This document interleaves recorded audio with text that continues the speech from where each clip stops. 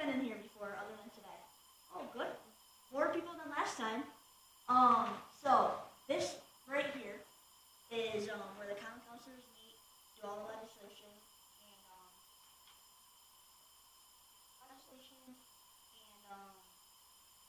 where our department's council go up and speak for study sessions on what they need for their department. This actual building part of common council used to have a floor above. So they would fit thousands of people in this spot, but they had to cut the top part of this off when we put an engineer in.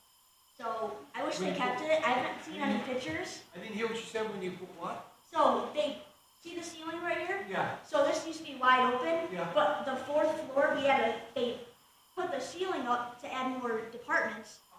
Engineering is right above us now, so they added more departments. But this used to be wide open, and we would fit a ton of people down here. I don't know the exact. Usually I have the exact, like I said. A little overwhelmed. My apologies. My apologies. But let me turn this off. I'm sorry, guys.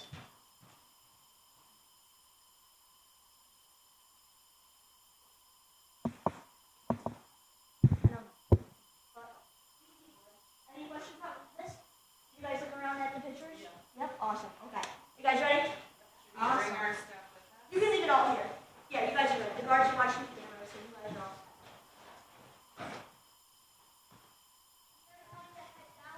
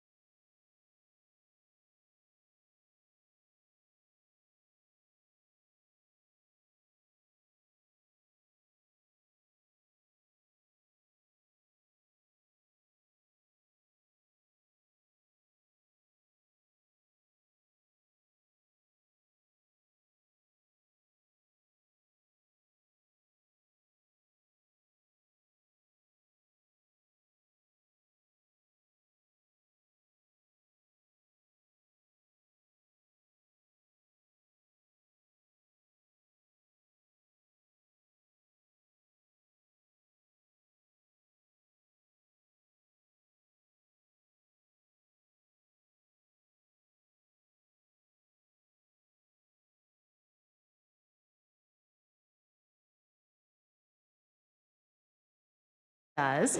Welcome, everybody. What'd you think of the tour? Yeah, all right. See, I like this group. This is great. What's this? I said, well done, Tori, on the fly. Chill. It wasn't a bad what's this. It was just me not hearing. Sorry. That's just my face. It does a lot of things.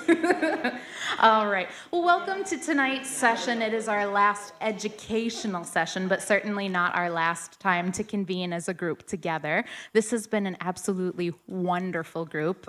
Even those who are not here are still included in that. So tonight we have an Onondaga County legislator to take a Q&A with you and kind of explain a little bit about what she does. Her name is Nidecia Hernandez. Please welcome her with a round of applause.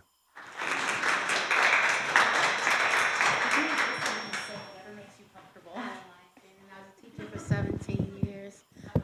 So now, sometimes our roles get a little bit confused, so bear with me because I thought I was here representing Senator May, which I am a county legislator, but I also work for New York State Senator Rachel May, and I'm her public affairs director. So you get a little bit of the state and the county if you don't mind. Is it turned? Oh, I was right. Why is it not turned? I said I wasn't going to bother with that, but I knew it was wrong. But yeah, so I'm newly elected. I was elected in 2023. I took office January 2024, and I'm running again. It's a 2-year term, and we run every year, it seems like, right? We deal with a budget in Onondaga County, and we deal with a budget in the state. So the budget starts at the federal level, then it's allocated down to the state, and the state allocates it to the county, and in the county we kind of allocate it to the city. But a lot of times the city and the county, we share a lot of the funding, and we partner together to spend a lot of the funding. It's just the way it is. We share the same roads, we share the same school district, we share a lot of the same taxes. So we try to work together to make sure we do projects that, the money can be used together instead of separately, because it's not a lot of money, right? And we need a lot of money. I am the minority leader. That is exciting because, I get to have a little more say as a woman, right? Only woman there. The majority leader is a male. The chair is a male. I think there's 17 county legislators, only maybe 5 or 6 of us are women. So it's good to have that voice there just to make sure that they have a little bit of common sense when it comes to things that we know as women, right? Because we raise the families and we know what we need. And we don't have to assume a lot. Sometimes, they just need a little bit of help. Love you men, not talking about you men, but sometimes you just need a little bit of help to say, no, that doesn't work. What else can I speak about? We just passed our budget. I don't know if anybody went to the state of the county, and Ryan spoke about all the things that he's implementing with this year's budget. He added some more daycare money. That was good because, I can say that I advocated for that. We had daycare money last year that went out, but the application process was so quick that a lot of community members didn't get a chance to fill that application out. So I advocated and asked, can we do another round of that funding for those who didn't get a chance to fill out the application, and he added that in.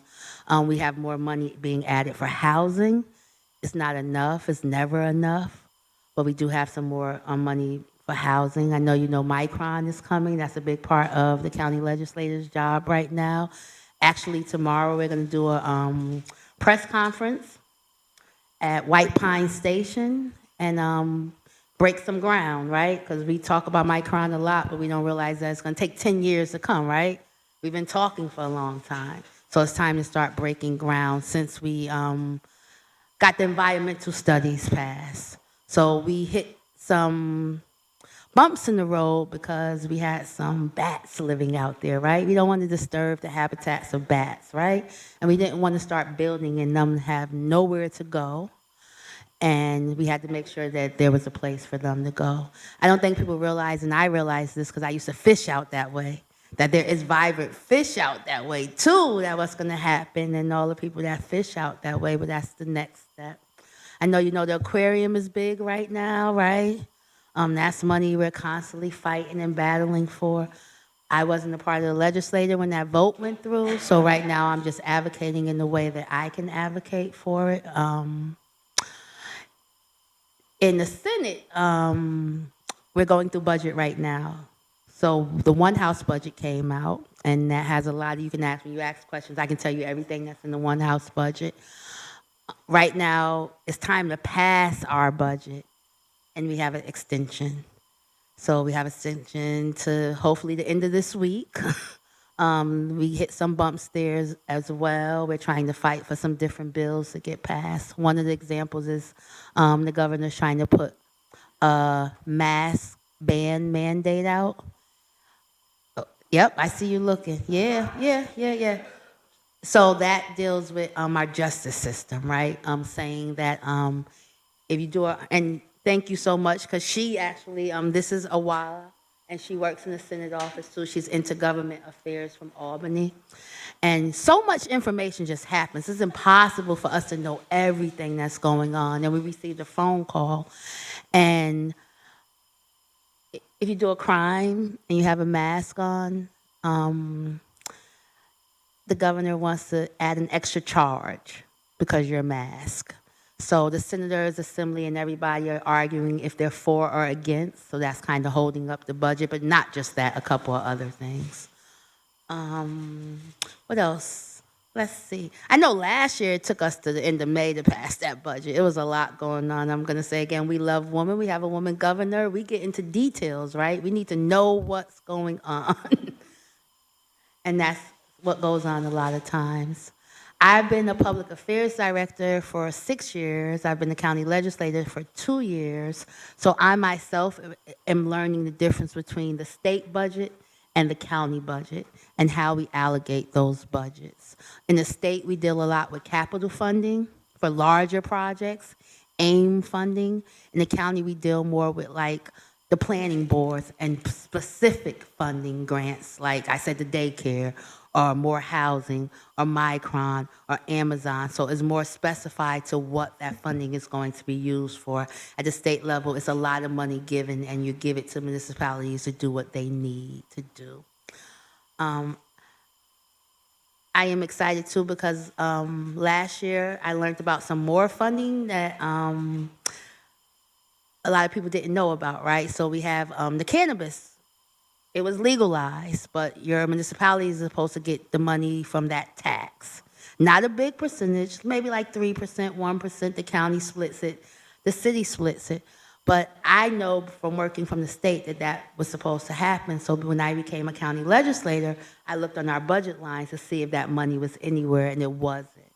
It was sitting in a fund just to be used, miscellaneously. But that's not how the state wanted it to be used. So sometimes we have to fact check. And I think that's what happened. We give money and we don't see the after effects. We don't ask the questions like, okay, we put this bill into legislation, but what happened after? We said that municipalities should get tax money, but where's the tax money going? So in this year's budget line, that tax money for the county, and I'm only talking for the county, is actually a budget line. And the town of DeWitt, which is in my district, has a couple of cannabis shops. So they received some couple of $1,000s from that tax money. And now they get to use it and allocate it towards poverty, because that tax money is supposed to be used towards poverty and those who are affected by the cannabis laws. So kudos to DeWitt. And I'm just happy about that. Like I said, that's only the county. I don't even know about what they're doing because that's in my district. Do you have any questions? Yes. Okay. The first is, with respect to the county budget, I'm just curious what level of public input you will get on that.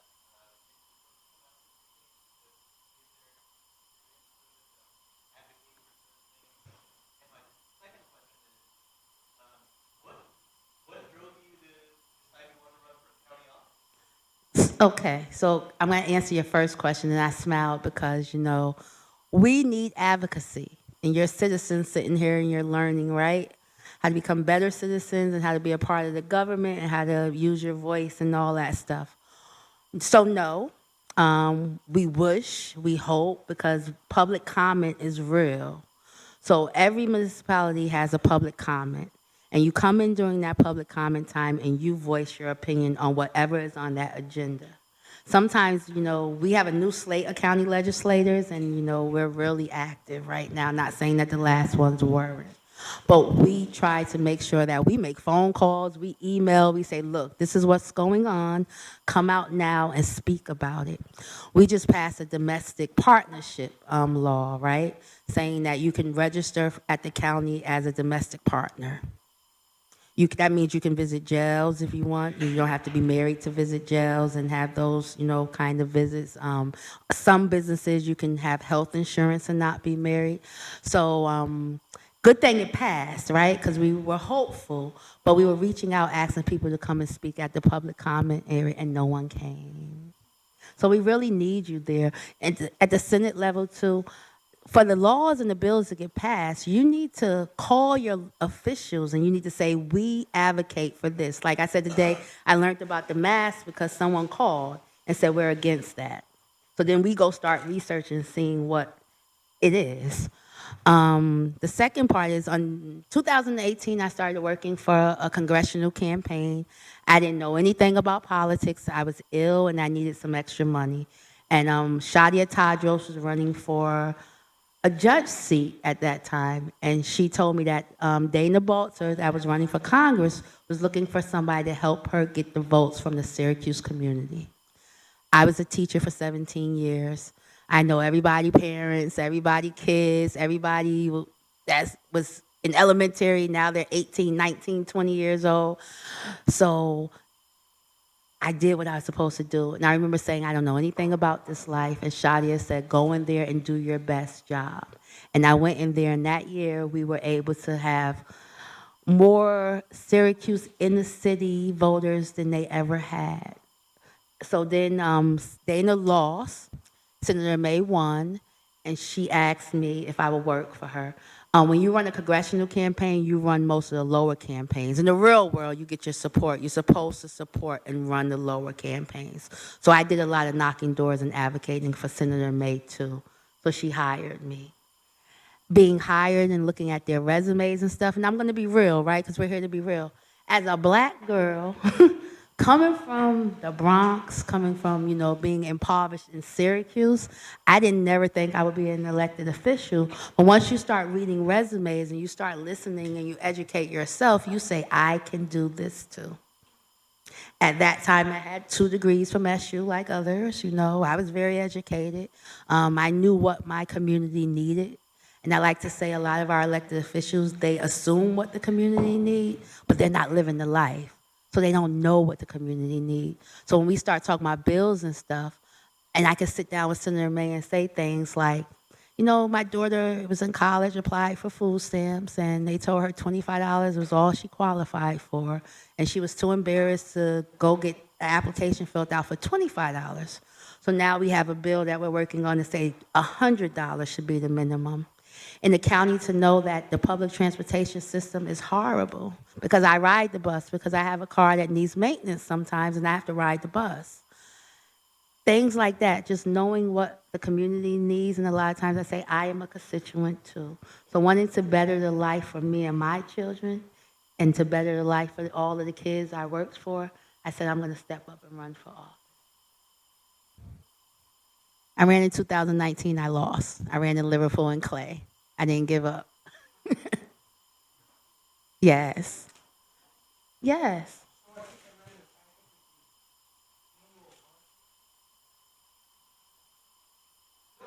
Billion. I was going to say, okay. Yes, billion.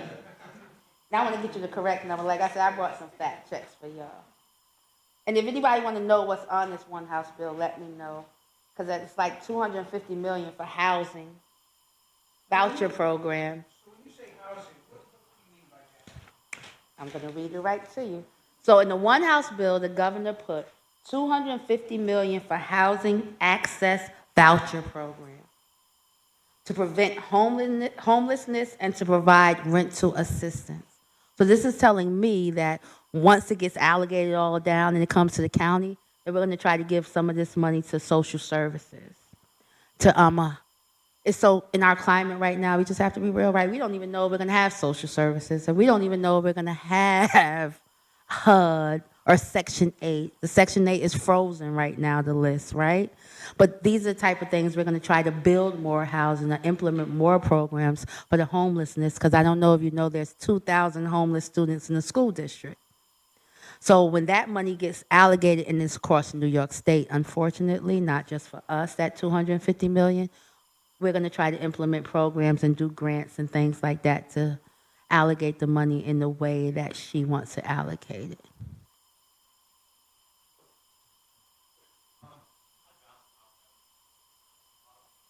Oh, wow.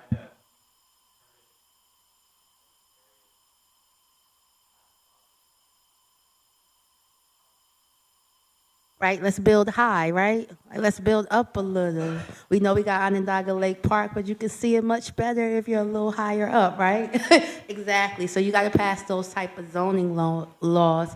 In the county right now, I don't know if you know about the project in the town of Salina, luxury housing, swimming pool, some tennis courts, some indoor weight training and gym and stuff like that.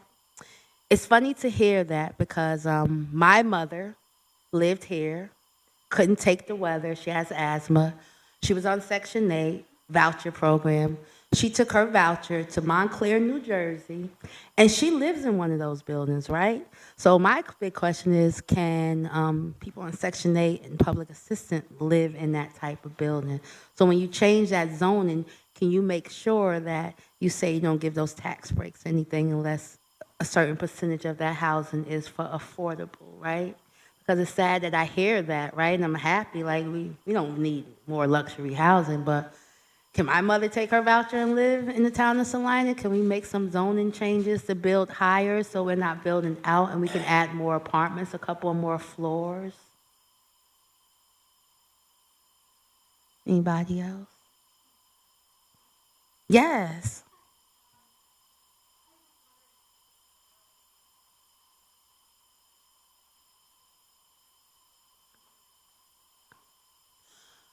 So at the state level, remember I said at the state level the money's higher, so it's like broader when it's given. At the county level, we can specifically say where we want the money to go.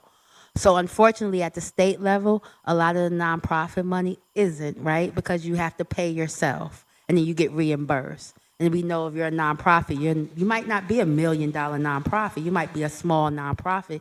And when you want to do your infrastructure and get your capital grants, you can't allocate $1 million or whatever you're asking for to do that project and wait for the state to reimburse you. At the county level, when we put out grants, like we have a grant out right now, if you're looking to have any festivals this summer or anything like that, there's a grant out that's specifically for nonprofits. So at the county level, when we give our grants out, we'll say if it's for small business, if it's for LLC, is this for nonprofits? But unfortunately, it's sad because a lot of times the way for nonprofits to get their money is they have to have the money. And a lot of times we know we don't have the money. So that's hard, that's difficult. But in the state level too, sometimes we have money come through and they say this money is specifically for nonprofits, hurry up and get it to nonprofits, and we'll literally have like a day or two to get it out to y'all. But I tell nonprofits to always call and see and keep calling and keep advocating and asking, because like I said, the money will come through and we have a day or two to get it out to you. Yep, nonprofits should work on grants. Funding and grants are like two different things. You should be seeking those grants, grant money. But not to say that there isn't funding. I don't like to say that because I'm going to say sometimes we get money and say it's $1 million for nonprofits who work with gun violence, but you got a day to make sure you get it to them. And then when they come through, you don't have to put the money up yourself. We give you that money. Yes.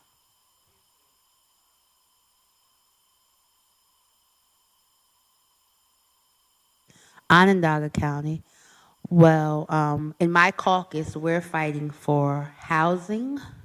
We're in a housing crisis. we're fighting for lead. We're number one in child poverty.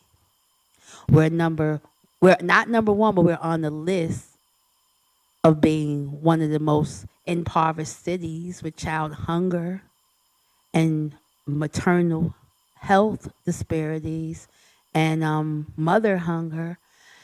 I think poverty, people like to break it down, but I think poverty is what we're challenged with in Onondaga County. And I live a couple of houses away from DeWitt, and my district is Shoppingtown Mall, that area, and there's panhandlers all the time out there, so we don't want to hide it and say there's not. I drive the manliest sometimes, because you said the county, right? Because a lot of times people think of Syracuse, but the county is impoverished.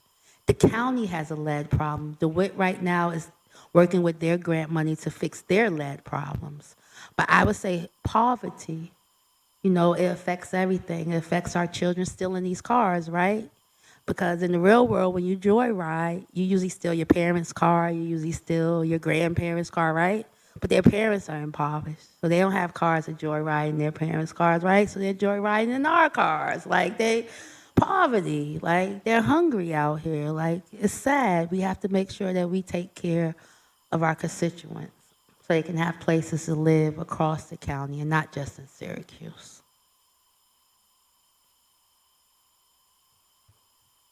I think that was my son calling me anyway. I always give him time to pick me up, and I'm never there.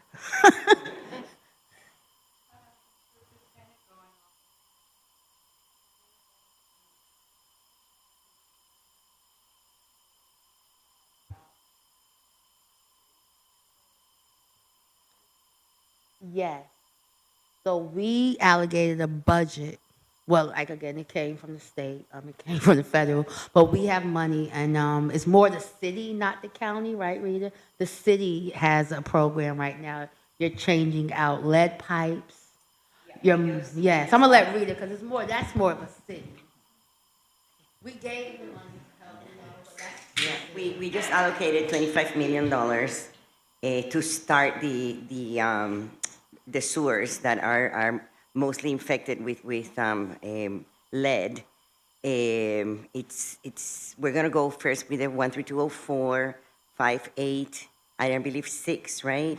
Are the four zip codes where it's most, yes, we're on south and west.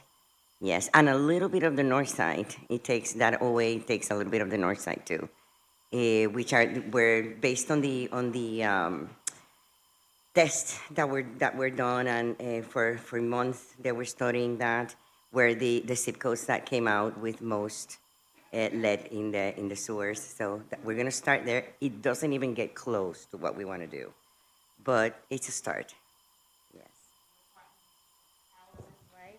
Putting some safe houses up so when people have to move, they're not just displaced and put in hotels and couch surfing.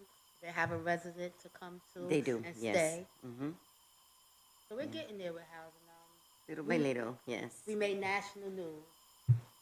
Ben Crump knew about our housing and our lead pipes. So we're trying to do it together. So they're allocating a lot of funding on the governor and the federal to make sure our It's a lead- federal mandate. Yeah. The money trickles from the state to the county to the state. Yes, but the city is taking the lead and they're doing an Yes. excellent job. We're Yeah. appreciative of it. Like I said, the WIT is also changing over some. Yeah. Is that it? Oh.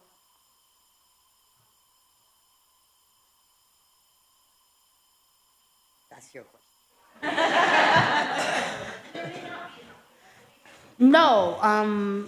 So I told you that tomorrow we're gonna do some groundbreaking, right? The white paint station. We're gonna try to do some groundbreaking events. But as far as if you're talking about money or just anything, okay. So I don't know if you know that we just passed a resolution because the 85,000 that is needed for the aquarium isn't enough. So there's 11 more that's needed, right? 11 million billion more that's needed. And it was brought back to the county for us to try to give that money, and we said no. We spent enough for taxpayer money because we never vote and ask you if you want an aquarium or if you want anything, right? So it's too late to ask you that now, but it's not too late to advocate for your taxpaying dollars, right? So we said no, enough is enough, and it was unanimously, so it was both sides. We decided that the aquarium needs to continue being built, but the money that's needed for it, the extra 11 million, has to be raised by the executive, the county executive. So he'll be raising money and looking for that extra 11 million so he can finish off the aquarium. But someone also did ask an important question. They said, but how about the parking lot? How about the fish? How about everything else that you need to make this aquarium vibrant? Because 11 million and the 85 million, if you don't know, is just for building infrastructure. Infrastructure, and not even for the infrastructure of the parking lot, the building. But the aquarium, they just partner with the mole, so it's going to be a lot of educational stuff added in there. So the children, because I'm all about the children, they're going to be able to go there and do some science, projects and learn about some fish and learn about some aquarium life at this big aquarium. And right now, that's the only place we're at with the aquarium. It's not, anything's not being done right now because he has to get the rest of the money to finish anything that he needs to be done. Only concerns that I have if he doesn't get that money, and we sure he can get it, but if he doesn't, did we just spend all this money just sitting there and it doesn't get finished? If I knew I was going to be asked that question, I do have a breakdown that can tell you everything that was already spent. I email it out to them. So if y'all have those questions, you can see actually every dollar that was spent, because I'm going to give that presentation next week. So that was a good question. No, that was a good question. Like I said, I emailed it to you. You can show where everything, all the money that was spent and what wasn't spent and what's still just sitting there, because it's about the money. Yes, thank y'all for having me. Sorry the senator couldn't be here, but I'm the county legislator and the minority leader, and I can answer for both. I stay working for her because it's important for me to know how the money comes from the state to the county. It helps me do my job better to know how to enforce it. Say, yeah, that marijuana money can't sit there like that. It has to go to the poverty. Yes, thank you.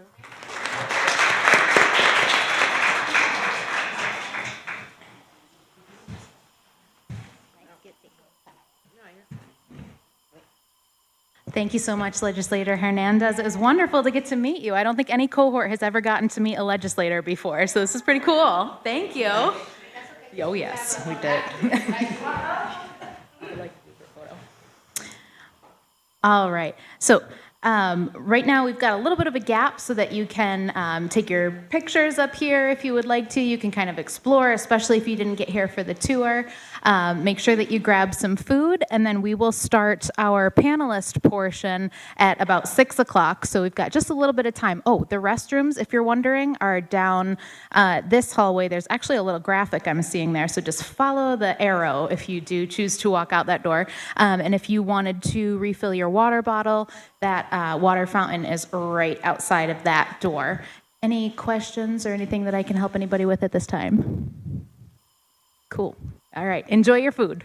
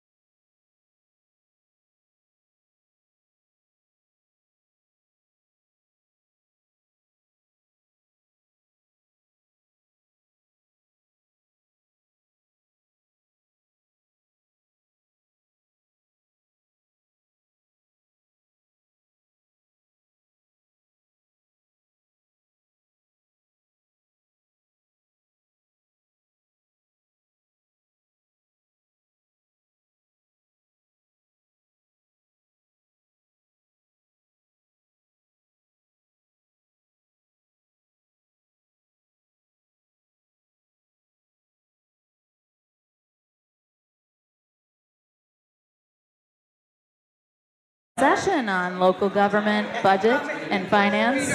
Woo! There we go. That's right. I hate clapping. I'd rather sing to you guys. There you go. Tap your neighbor on the shoulder and let them know that I am ready to get started. All right. Welcome, everybody, to tonight's last educational session on local government budget and finance. I'm very excited to get to see this group here in the fine Syracuse City Hall. What did you guys think of the tour, for those that didn't go on it? It was good. Yeah. Haunted City Hall, I've heard of it. That's fun. How did you guys like our welcome speaker, Nidizia Hernandez, the Onondaga County legislator? All right. There we go. Wake up, everybody. I'm in a great mood tonight. As pointed out by Sonali before some of you got here. Very sassy. Very sassy tonight. Well, on a more reverent note, let me start with our land acknowledgement. Focus Greater Syracuse would like to acknowledge with respect the Onondaga Nation, firekeepers of the Haudenosaunee, the indigenous peoples whose ancestral lands we now stand. Joining us this evening, we have our wonderful volunteers, Jerry, Jessica, Emily, and Lisa. If you could raise your hands, actually, that would be really helpful. These are our volunteers here in the back.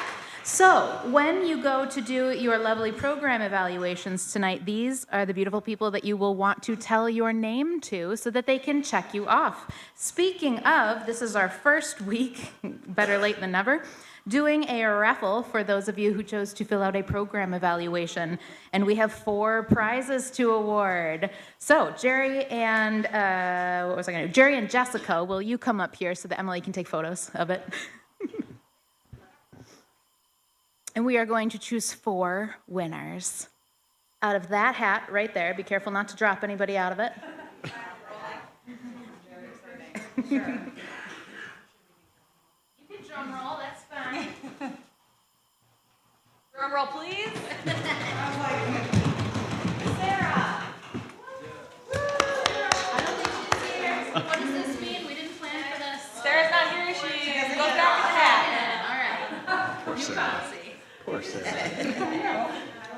Marisol. You can take your pick. We've got a couple different prizes. You were first. Don't tell Sarah. The reviews. Some swag. No, not the hat. You can't take the hat, sorry. I'll take this. We'll put Sarah back in after. All right, you're next. All right, drum roll, please. Lindsay. Hey. Isn't here. All right, redraw. Come on, guys. All right, drum roll, please. Mackenzie. She's here. 2 more to go. Are they here? All right, I'm gonna. The next one is Bill. Yeah. The only focus pen in the world. That is the only one we have. Thank you, pens.com. They did not get our business. Okay. Last person is Owen. Owen's not here. Hey, all right. So now we know how this will go. This is our first time, everybody. Kofi. Not here. Okay. Where is everybody tonight?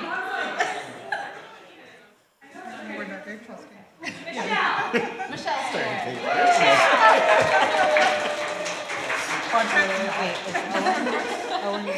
Owen, I threw back in. Wait, we shouldn't put these ones in though, right? Because they already got a prize. You can or throw are them they out. just all? Let's just go back. Next week. Okay.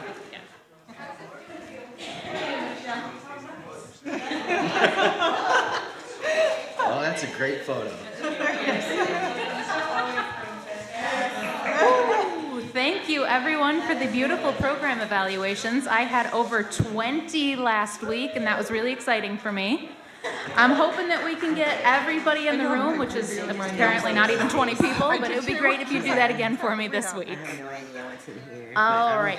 The restrooms, if you weren't here earlier, are located. Oh, Kofi, that's a bummer. You just won and lost.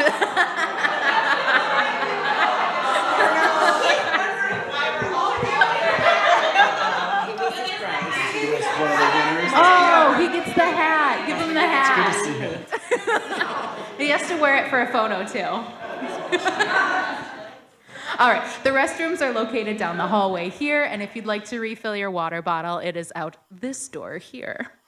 Tonight's session will allow us to learn about our local government budget structures, finance structures, as well as citizen input opportunities and how taxpayers support the services in our community. I'd like to highlight that this is the first cohort that I've been successful at getting a representative from the county, city, village, and a town for. I have been trying, third time's the charm. Yay me. So please welcome our panelists. They will introduce themselves and we'll go into the Q&A. And I want you to think about questions that you'll be asking at this very microphone here. You will line up for them instead of raising your hand. I know that's very scary, but even if you just raised your hand, we're still going to look at you when you're sitting. So think about questions that you have, and please welcome our wonderful panelists.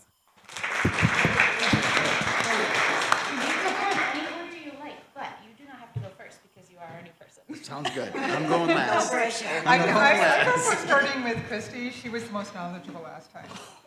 All right. My name is Christy Smiley. I'm the Deputy Director for the Finance Department for Onondaga County. I have been with the county about 17 years now. Most of the time I have spent 10 years in the Finance Department, and prior to that I worked in economic development for about 6 years. So my primary role in the county is administering the annual budget.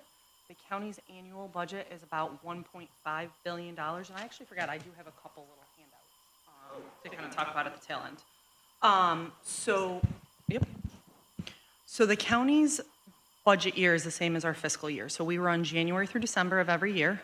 We start planning our budget process in May of each year, so we're just about to get going on the 2026 budget. The county transferred to what we call a baseline budgeting approach about 4 or 5 years ago. And what that really means from our perspective is we ensure that we give departments the resources needed to continue current service levels at next year's costs. So what we do through May is we start with my finance team. Each department in the county has a fiscal liaison in our shop. We start pulling together the costs for the next year, looking at escalators, contractual increases, those type of things. Ultimately, at the end of June, a pro forma budget or a baseline budget is sent out to the departments for review. Depending on the fiscal state and where we are, if there is excess funding, departments can submit requests for either one-time initiatives or new programming, things of that nature, or changes within their existing budget. That's reviewed by our finance department and the CFO, and ultimately in the county executive's office. The county executive has to present his executive budget to the county legislature on or before September 15th of each year. After that's done, there's a couple weeks of review by the Ways and Means Committee of the legislature. They ultimately release a report for any changes that they have, but prior to that, there's always a public hearing held for constituent input in terms of the budget. And then the legislature has to approve the budget on or before October 15th of each year. So that's kind of the timeline of putting our budget together. Our office also throughout the year is reviewing expenditure trends, caseloads, those type of things to ensure that we're going to be able to meet the budget. My role is providing the CFO any information where we may need to do budget adjustments or go over to the legislature to amend our current year budget. Our finance department is a little unique in that we don't just work on the budget, but about 10 years ago, the county decided to go to a consolidated finance department. Previous to that, each department had their own fiscal office. So we consolidated that into one fiscal shop that has really allowed us to better understand our costs down to each program level. It's amazing at times how we track expenses down to what you buy for paper clips, things of that nature. But it also allows us, by having a better understanding of the departments, is leveraging state and federal reimbursement to its maximum to reduce local dollars. So that's been a really great thing in terms of the consolidated office. We've also been able to, utilize technology to provide departments with goods and services much faster than they used to get them, with a reduced fiscal staff. So we've really been able to utilize technology in our department. So the document that was just passed around, I always think, when you hear $1.5 billion, that's a huge, huge number. But what you'll see on there is when you see the first page, the local dollar, or the dollars where they go, over 50% of that $1.5 billion is salary, fringe, and mandates. And then there's even some pass-through things there. So I'd just like to kind of give a perspective because that number is staggering at times when you first take a look at that. And then the second page really shows you the county. A lot of our programs receive obviously state and federal reimbursement, but there's really only two pieces of revenue that the county can control. One is property tax, and obviously we're very conscious of that, and the county has been able to reduce our piece of property taxes over the last several years. So obviously being cognizant of that, trying to remain flat or even reduce that in the levy. And then really the thing that, drives our revenue is sales tax in the county. So those are really the only two pieces of revenue we have any control over.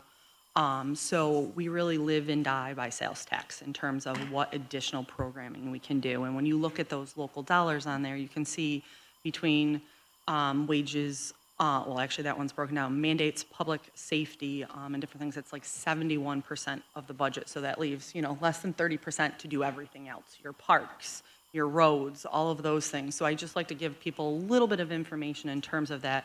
When you start to actually break down the dollars in terms of dollars that we can direct towards additional programming, it gets very tight in terms of just our mandated services between mandates, public safety, and now I'm going to forget the last one I just said.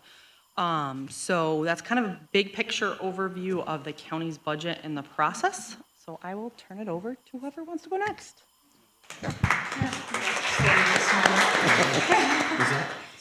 So good evening, everybody. Thank you for joining us today. My name is Rita Paniagua. I am a city councilor at large here in Syracuse. I've been in office for the last 6 years. I'm going on my sixth budget.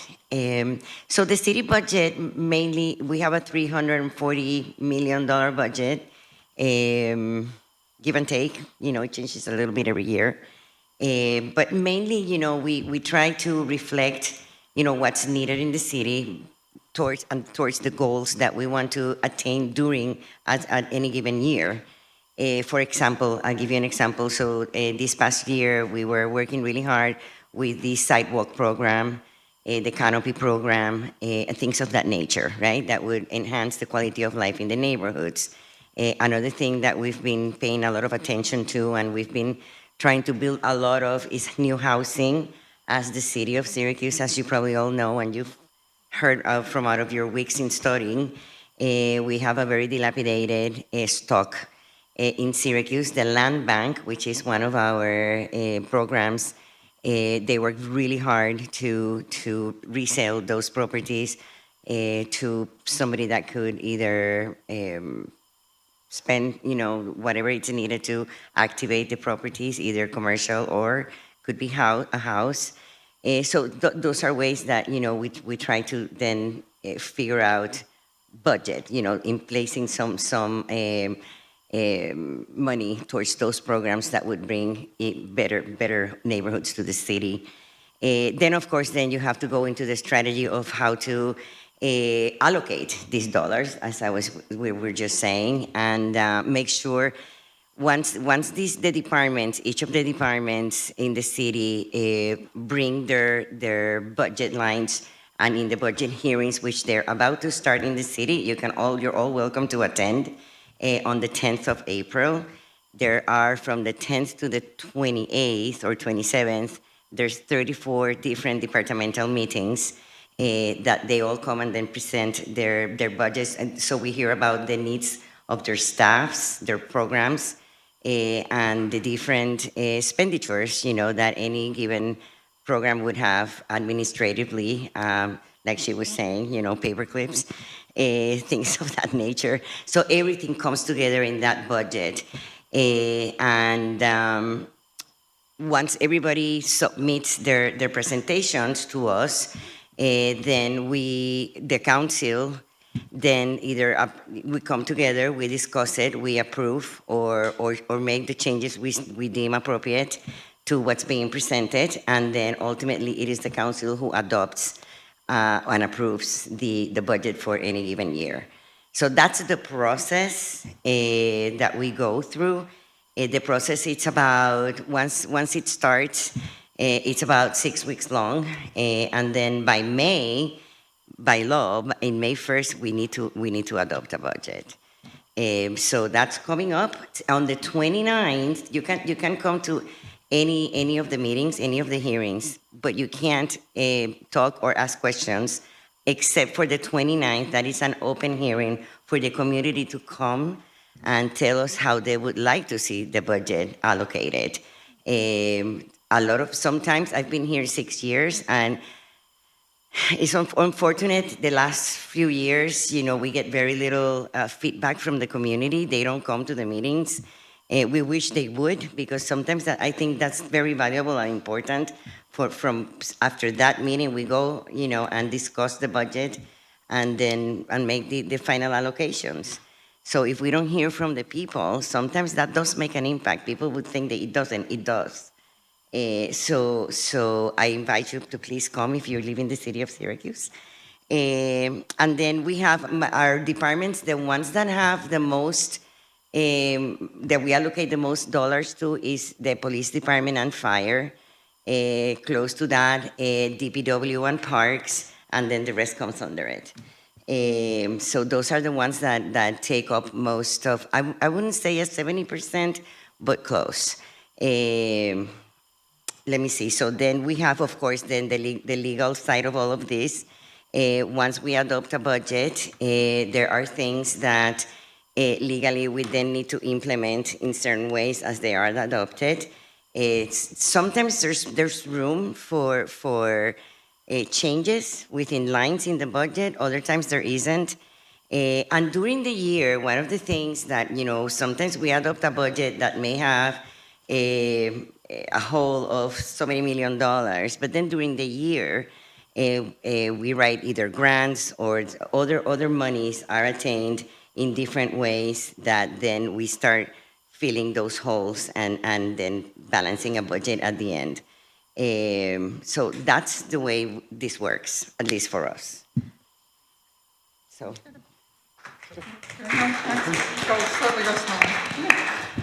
My name is Nick Perro. I am the town supervisor for the town of Salina, which is kind of the intermediary government. We're smaller than the county, but the mayor to my right, her village, is wholly contained within the town of Salina. A town supervisor is kind of an interesting position.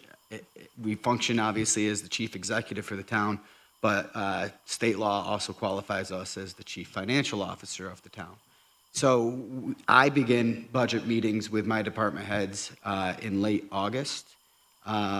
We begin budget meetings in earnest with the fellow town councilors in October, and we usually pass our budget in November. Our fiscal year is similar to the counties, where it starts January 1st and it ends December 31st. In Salina, we are a large town. We have 33,000 residents. So if you put that in comparison to some cities, we're larger than the city of Oswego, we're larger than the city of Auburn, we're larger than the city of Fulton. We have to make it simple for you, we have three main funds, what's called a general fund, a part town fund, and a highway fund. There are other special district funds. That's the real nerdy stuff. I'm not going to bore you with that. If you're interested, you can ask questions about that. But the general fund, the part town, and the highway are the only funds that myself and the town council actually has control over. The reason why they're split into three different funds is because the Village of Liverpool is not taxed in the part town or the highway fund. They have their own DPW, they have their own code enforcements, so they're not going to be paying taxes for those town services. So we have separated that out into what's called the general fund. So all the residents, including the Village of Liverpool, is taxed under the general fund. The part town fund is for folks excluding the Village of Liverpool, paying into primarily our codes department, our planning and development department specifically. And then our highway is a completely separate fund, and again, that's dictated by state law. The highway fund, obviously, is tax dollars that go strictly to our highway department. Interestingly enough, our town does not have an elected highway supervisor. We don't have an elected town clerk. The only people that are elected in our town are judges and town councilors and myself. Out of those three funds, our budget last year was $13.3 million. Our revenue comes primarily from property taxes, and what I mean by primarily is that is the only taxing revenue that the town of Salina gets specifically. Other towns have gotten a little unique where they'll add what's called a room occupancy tax. I think you've seen that in the town of DeWitt or maybe Skaneateles, and that takes an act of the New York State Legislature to allow a town to put a room occupancy tax in place. I know the county has one as well. Town of Salina, we don't. We function primarily off of property taxes. We don't get sales tax either. I think that's a surprise. It's important to note. The towns do not get property tax. We do apply for grant funding or other funding assistance from the county, and that's kind of the ways that we're able to recoup some of the sales tax that come from purchases or whatnot that happens in the town. But really, our only avenue for revenue from a taxing standpoint is property taxes, which makes it a little interesting, especially for somebody who is the supervisor of a town that's fully built out. In order for us then to reduce property taxes or keep taxes in a town like mine stable, we have to find other options to raise revenues. And some of the ways that we're able to do that would be redevelopment or development. But in my town, there's really not much area for development. There's a lot of opportunity for redevelopment. If you go through certain communities, you'll see blighted properties or vacant properties. When you find a redevelopment on those properties, you're able to increase the value of them, bringing them back on the tax roll. By doing so, that blighted property now redeveloped will have will pay a larger amount into the tax share, which will help me balance or lower potentially taxes for the residents in my community. When that occurs, we're able to make money off of building permits. We're able to make money off of site plan reviews. A lot of that money, unfortunately for the village residents, a lot of that money is strictly into our part-town fund. So the people who reap the greatest benefit of that, obviously, are the folks that live outside the village of Liverpool. But again, there's ways that we're able to spread that out, so that way I'm able to keep taxes at a pretty low amount. I've actually been able to reduce the tax amount year after year, fortunately for our residents, while at the same time seeing a tremendous amount of development in my town. It's a rewarding job. Like I said, I enjoy this. By background, before I was supervisor, I actually worked for the county legislature. I was a legislative analyst, and in that position, besides the policy research I did throughout the year, during the county's budget, I reviewed at the time, I think it was a $1.2 billion budget. I was able to review and give feedback to the county legislators on that large budget. So a lot of what I was able to learn from the county was strictly applicable to what I do in my position now. I'm sure there's probably more that I can think about, but I'll hand it off for now. Good, okay. Very good. So my name is Stacy Finney. I'm the mayor for the Village of Liverpool. Our budget, I kept saying you go from the biggest to the smallest. Our budget is $4.5 million for the Village of Liverpool. So quite small. I describe it almost as if we are currently in budget season. We follow the same schedule as the city of Syracuse. So our budget meeting is going to be April 10th. And what we have is we have our department heads basically submit their budget. We review all of the numbers that they submit. We have the revenue coming in. Our main source of revenue is also taxes. Much like the town of Salina. And we also encourage, that minimal amount of development that we can do, we are definitely strongly encouraging to help our residents. And what we do is we take the information that our department heads give us, we kind of crunch the numbers, we have an estimate of how much we are getting from tax revenue, how much we are also getting from the county, because we also don't get sales tax, but we get, what is it called from the county? I'm sorry, I feel like I put you on the spot with this last time, too. You did, and it's not AIM, it's the other one. Anyways, we get a chunk of money from By the end of the meeting, I'll remember. That is the equivalent of what we would have for sales tax. We also get CHIPS money for reconstructing roads and things like that. And we put all of that together. We then go through, our budget did not balance this year. We were over by about 400,000, and we had to really go through and cut, like, reach out to the police department, ask if they desperately needed a car this year, can you hold off for one more year? Ask for the DPW to make some cuts. Other source of revenue are codes with permits, much like the town of Salina, our courts too, but 25% of our budget is the police department, and that's just salaries and benefits. And it goes from there. But salaries and benefits are a huge amount with anybody's budget, and especially benefits. I think people underestimate just how much of a value that is for our employees, and they are our most valuable resource. We have great people that work for the village. So I feel like I'm skimming over way too much here. I felt the same way. Okay. We'll be here for an hour. There we go. It'll come up. I was going to say, if you have any other questions, but It'll come up. but that is the long and the short of it. So we do have our presentation. It is open to the public, and you are definitely welcome to ask questions throughout the presentation too on April 10th. Not sure how many people. I think we had 2 people at the meeting last time, and one of them is our local reporter that misquotes me all the time. Well, thank you. So who's going to be brave enough to walk up to this? Questions, Sonali? So happy to see you. Who else am I happy to see? You guys can line up while people are asking questions. So scary, so awkward, I know. It's not that bad, guys. You guys can ask, We hung out for 10 weeks. and feel free to ask broad questions. I'm sure we'll figure out ways to fill in the Yeah. gaps. And actually, this is a very easy crowd. Yeah, On I this was side going to of the say we are table. hardly scary. Do I just, okay, Just yes, go you for can hear me. it. My name is Sonali McIntyre. I do not live locally, but I work at Interfaith Works. And my question is it difficult to manage having different fiscal years, running January 1st to December 31st, and what is it, May 1st to April 30th? July is when our new budget kicks in, yes. So July to June. Okay.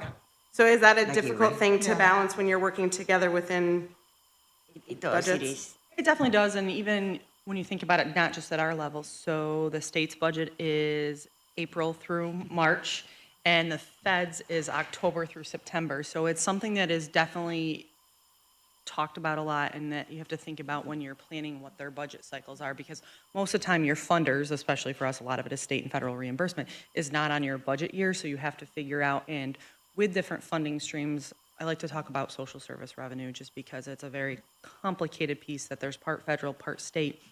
And not only is it that way, but some funding streams are capped. And then after that, you get a lower amount and some are uncapped. So you have to figure out, depending on what that budget cycle is, what you're really going to get in our true fiscal year. So there's a lot of that, trying to plan that out. We certainly try with a lot of the other state and federal reimbursement for us is our grants.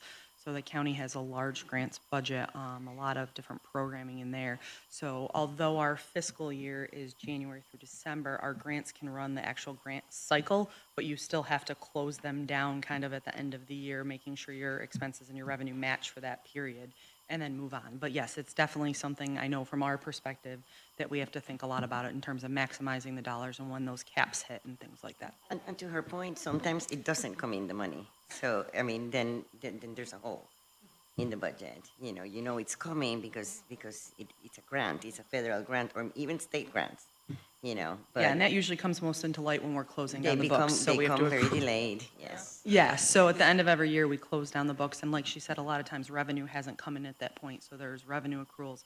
So you're booking it to prior year, you may not get it till the next year, so that's when you get into, which I always claim, I am not an accountant, our controller's office and different things, but those are where you really kind of get into that nitty-gritty detail in terms of the funding sources, what's still outside of the, And sometimes also, I feel in the cities, the cycles, especially the federal government, when you're asking for, let's say, something that will repair your streets or your sidewalks or things like that, So because we have a short window because of where we live, of when we can work outside, then sometimes it just doesn't pan out. And that's part of the issues too, when you're writing those grants. That's, it's a problem. But I'm not sure if necessarily if the budget seasons for the different governments, whether they were exactly aligned or not aligned, would entirely matter, because if you look at the county and the town, we have the same budget cycle, but we close our books at the same time. We have to keep our books open to reconcile for things that we may be charged for that took place. So what are we in, 2025 right now? So we would have to keep our books open to reconcile for certain charges from 2024. And the town, whether we're getting some money from the county or whether or not we're being charged for money, and again, that goes into some of the special district stuff, we may not get a bill from the county for one of our sewer districts or whatnot until later into 2025. So keeping track of that, it can be a little bit difficult. And I think if our cycles were not entirely aligned, if there was a little bit of overlap, it may actually make it a little bit easier. But again, you heard what the counselor said. In their case, it also could make it difficult. So I don't know if there's a fix for it. I think it's just kind of the part of the gig, and you got to be flexible with it. Yeah. And the biggest thing is projecting that out. So for our standpoint, from our standpoint, we have, everybody has fund balance. Every government has fund balance. Some of them have much more, some of them have less. But you borrow from your fund balance, or you use the fund balance as a placeholder until you get the reimbursement back, and then that money goes back into the fund balance. So that's really the mechanism, the financial mechanism to make sure that we're covered during those periods. Yeah, timeliness of payment is a great one. And like you said, if we just closed our 2024 books and we're actually still finalizing those. But if we had assumed we were going to get in, $1 million from the federal government, it gets booked into 24. But should that not come through, the hole is actually in the next year now, because you've booked that revenue and assume that you're going to get it in. So you're actually putting yourself in a hole for 2025. So that's where we talk about utilizing fund balance, or are there cuts that can be made, or throughout the year, just through attrition of people and stuff like that. There's salary savings and things like that. So there's all sorts of different levers. So I don't know that in terms of decision-making that causes problems. It's really just the accounting piece of it. And Exactly. And with the fund balance, always, keeping an eye that you always have to have a 20% in that account of what your total budget is. Well, that that's depends. Yeah. For each other, Very that's different not. for each government. Hold on. Oh, for us. So you guys. and I'm assuming the city probably has a written policy. I know the county was at 10% for a while, but now you We guys are are at at 15%, and ours We're is based 20. on 15% of your revenue stream, Right. taking out, some of your pass-through revenue, like What about you? the county shares sales tax with the city, so We that doesn't don't, count right, towards our our revenue. So it's a revenue's a lot. percentage of our last year's revenue in terms of what the goals are. and being very much a hawk, I guess you could say, in this one. The town, ours is actually very tight, and that was a policy that I put in place when I became supervisor. Ours, so we have the three funds that I've talked about, and ours is 10%, 10%, and 15%. And we say the percent is what's in your fund balance, or for simple terms, a savings account, if you would like, if it makes sense more that way. The savings account, that money that's in there, makes up 10% of what our total budget would be for each one of our fund balances. When I first became supervisor, some of them were almost 50% of what the budget was. So that's where the policy comes in place, because it's your rainy day fund, it's your savings account. My viewpoint on it had always been that's tax money that taxpayers have paid into to get a service. And if the town is just holding on to this, the taxpayers are not getting their money's worth. So that's when I put a policy in place and said, no, we need to make sure that there's something on the books that says this is what our fund balance needs to be, and anything above that, we need to be spending to give back to the taxpayers, or reducing the tax rate so we don't have such a surplus at the end of the year. But every government, they should have a percentage policy on the books. And Our policy is 20, yours is 30. Yeah, I mean, and we actually, your auditors will actually come in. I guess a few years ago, before I was mayor, our fund balance was too high. And they basically told us, you need to either spend the money or find different ways of essentially dispersing it. Though. I know. Well, it is, but the problem with when you have such a small budget, you have one sewer issue, and then suddenly your entire fund balance is gone. I mean, it sounds like I have this glorious amount of money to pool from because I have 30%, but that's really only $1 million, and $1 million can go very quickly. And so so it all depends on your overall budget and, what you can work with. I honestly describe our village budget as being like a household budget on steroids. It's really along those lines. You try to guess how much are you going to spend on home repairs, how much are you going to spend on electricity, but you'll never know, and you just sort of make your best guess and go from there. And a lot of times, I don't know. You guys are way beyond that, though. I mean, yeah, it just depends on the size and different things like Yeah. that. So we obviously have forecasting models, we have past year trends, we do a lot of analysis of things. So obviously, the county's budget, similar to the towns, we have funds, but we have many more funds than the town. So we have our sewer fund, we have our water fund, we have a library fund, we have two different types of road funds, and a few other ones. So each one of the funds have to self-balance, and then each department then has its budget, and then down into the departments, we have what we call parent accounts. So your salary accounts, your supplies, your maintenance, things like that. And then underneath that, there's even child accounts that break it down to lower levels. But then we actually track down to what we call our supporting detail level, and that's where we talk about, I joke about paper clips, but we talk about the different types of services even below that, and we're able to use our technology to be able to pull that in so we can really truly see what we're spending at the very detailed level to say, okay, where did we go wrong on our forecasting? Why did we miss the mark? And we're constantly doing that. Like I said, we just closed down our books. We do 3 forecasts a year and do them when they are good for decision making. But our last forecast of the year, trying to factor out where we're going to end 2024. After the books close, each fiscal liaison in my office, we review that to actuals. And if we are off by more than a few percentage, why were we off? It's not to penalize anything, but what can we learn to make sure that we're better at this moving forward and that we truly understand what drove that cost? Now, maybe it was a big water main break and you're never going to predict that in your budget. But, maybe it was something that we didn't have all the information and we could have gotten the information. So how do we improve ourselves each year to make sure that we can really tighten that budget? And again, so you're not overtaxing your constituents. The idea is, to continue these programs that are needed, but we don't want to be overtaxing. And, you always also have to plan for the unexpected because as a city, county, and everybody, things happened. For instance, I'll give you an example. City water, and the levels of the water came down because with this winter, we've been very pampered the past few 6-8 years with better winters. This winter, we had more of a common winter for Syracuse. But then our sewers are very old systems, 100 years old, 130, something like that. So with the expanding, the cold and hot expanding and contracting, some of the sewers the ones that extract the water, they had cracks. And so we were losing water. So what we were extracting is not what was getting into our reservoirs. And so there wasn't a balance. We could fix that quickly, so we're still working on it as we speak.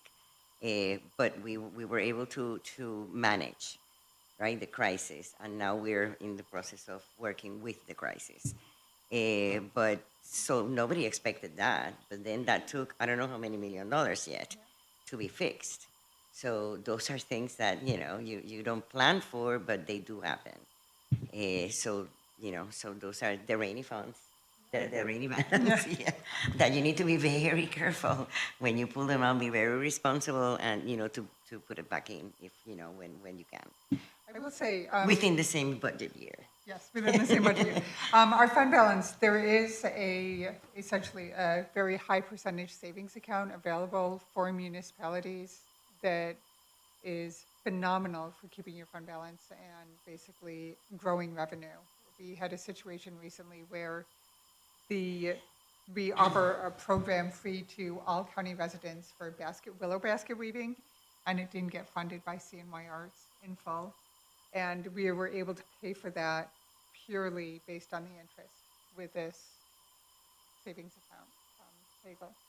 Willow basket weaving is a historical thing for the village of Liverpool. Yes. So there's a very important historical context to that. It's not underwater basket weaving, it's got a lot more. I did it last year. It was, the woman who teaches it is amazing. If anyone wants to take it, it will be fully funded this year.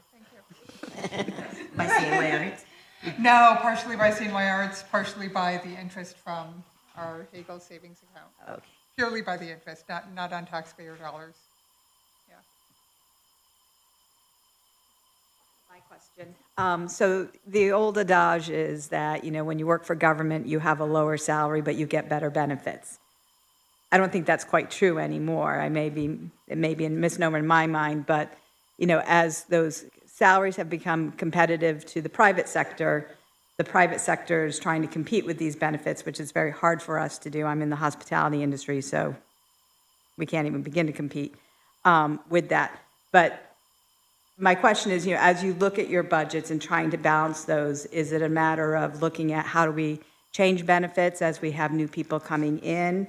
I know a lot of people are like, well, no, I keep working for the government because I get that benefit and I'm going to have my retirement taken care of. And their eyes are dead. They hate their job or whatever it is. I'm not saying that everybody hates their jobs, but it's seeing no passion in their life. And I know that I could never ever not work passionately with what I do just to have a benefit for my retirement. So that's my question, is how you're balancing with that, the benefits with your budgets. Last year, was it last year or the year before last? I think it was last year. We allocated $4 million just to be able to increase the salaries in different departments that we were so not competitive. So that helped a lot with retention. Our package may not be, I don't want to say the best. I think we have a pretty good package, but it can always get better. You're right. Actually, our HR department works very, very hard to keep track of changes and things that could be of benefit that we could implement. So we will see that in the next month when they present their budgets. That's when we will see that. I don't have a lot to add to that, but maybe you've already done your budget, right?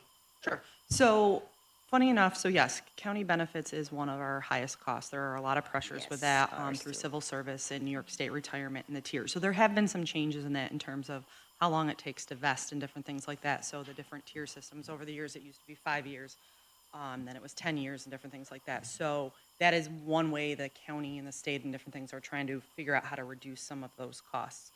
The county is self-insured, so all of our benefits for health and stuff like that are done through us. We're constantly looking at those packages. We go out to RFP every several years. We actually just picked up a nice savings for us, but it is something that you're correct. People did what used to, the benefits and the retirement and the pension is a huge added benefit. But what I have seen myself in terms of hiring over probably the last 5 to 7 years is the younger generation, that doesn't seem to matter as much anymore. They're not looking at that and evaluating that in the total package. We are more competitive than we used to be in salary, but there are still some areas that it is very hard for us to compete with, for-profit companies. But it is funny because you're correct. You used to see people out, we used to get the civil service last, you'd give a test out, let's just say, in our department for an accountant. That list, when you got it back, would be 100 people that were on that list. In the last year or so, there's 10 people on the list, and you ask them and tell them the salary, and only 2 people even come for an interview. So it has really changed over the last 10 years, I'd say, in terms of that. And the mindset of the new individuals coming into the workforce is very different. They're looking for just the salary piece and not necessarily thinking about all the added benefits in terms of, both your health and dental benefits. And I think some of that is kids can stay on their parents' health insurance a lot longer now, too. But it is definitely something that I've been surprised that during interviews either wasn't a factor, I don't think, in decision-making, or it's never even asked in interviews anymore. The entry level, I mean, that is the challenge, and the salaries are much lower.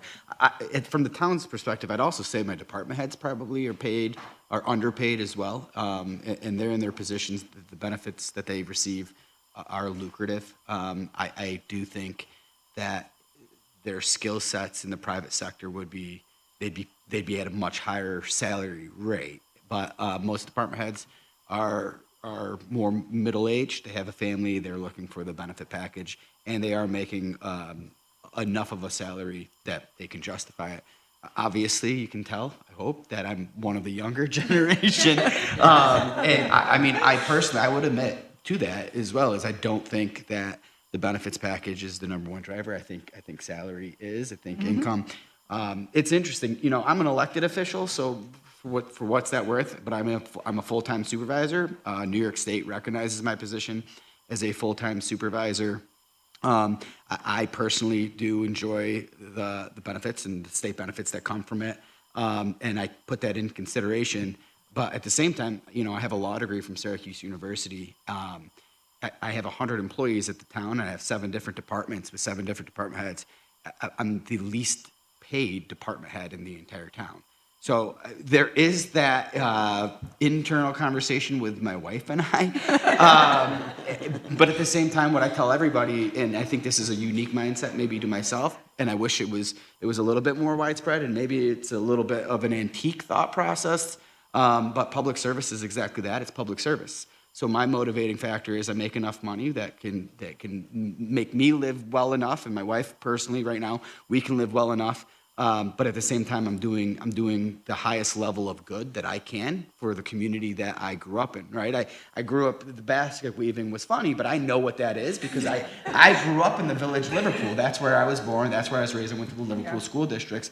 The town of Salina, that I played Little League Baseball in our parks, and I was part of that community. It's my DNA. And now I'm the supervisor of it, and I recognize that. So that is a motivating factor for me. I think in a different time, I think that was a motivating factor for a lot of people when they were in public service. They saw that as the honorable position, and they knew they were doing a good for their community. That has changed. And I do think one of the reasons why my budget, and I think yours and the city's probably, and the county's is on its way, even though I think the county is struggling the most with salaries, but you guys are having to bump them up.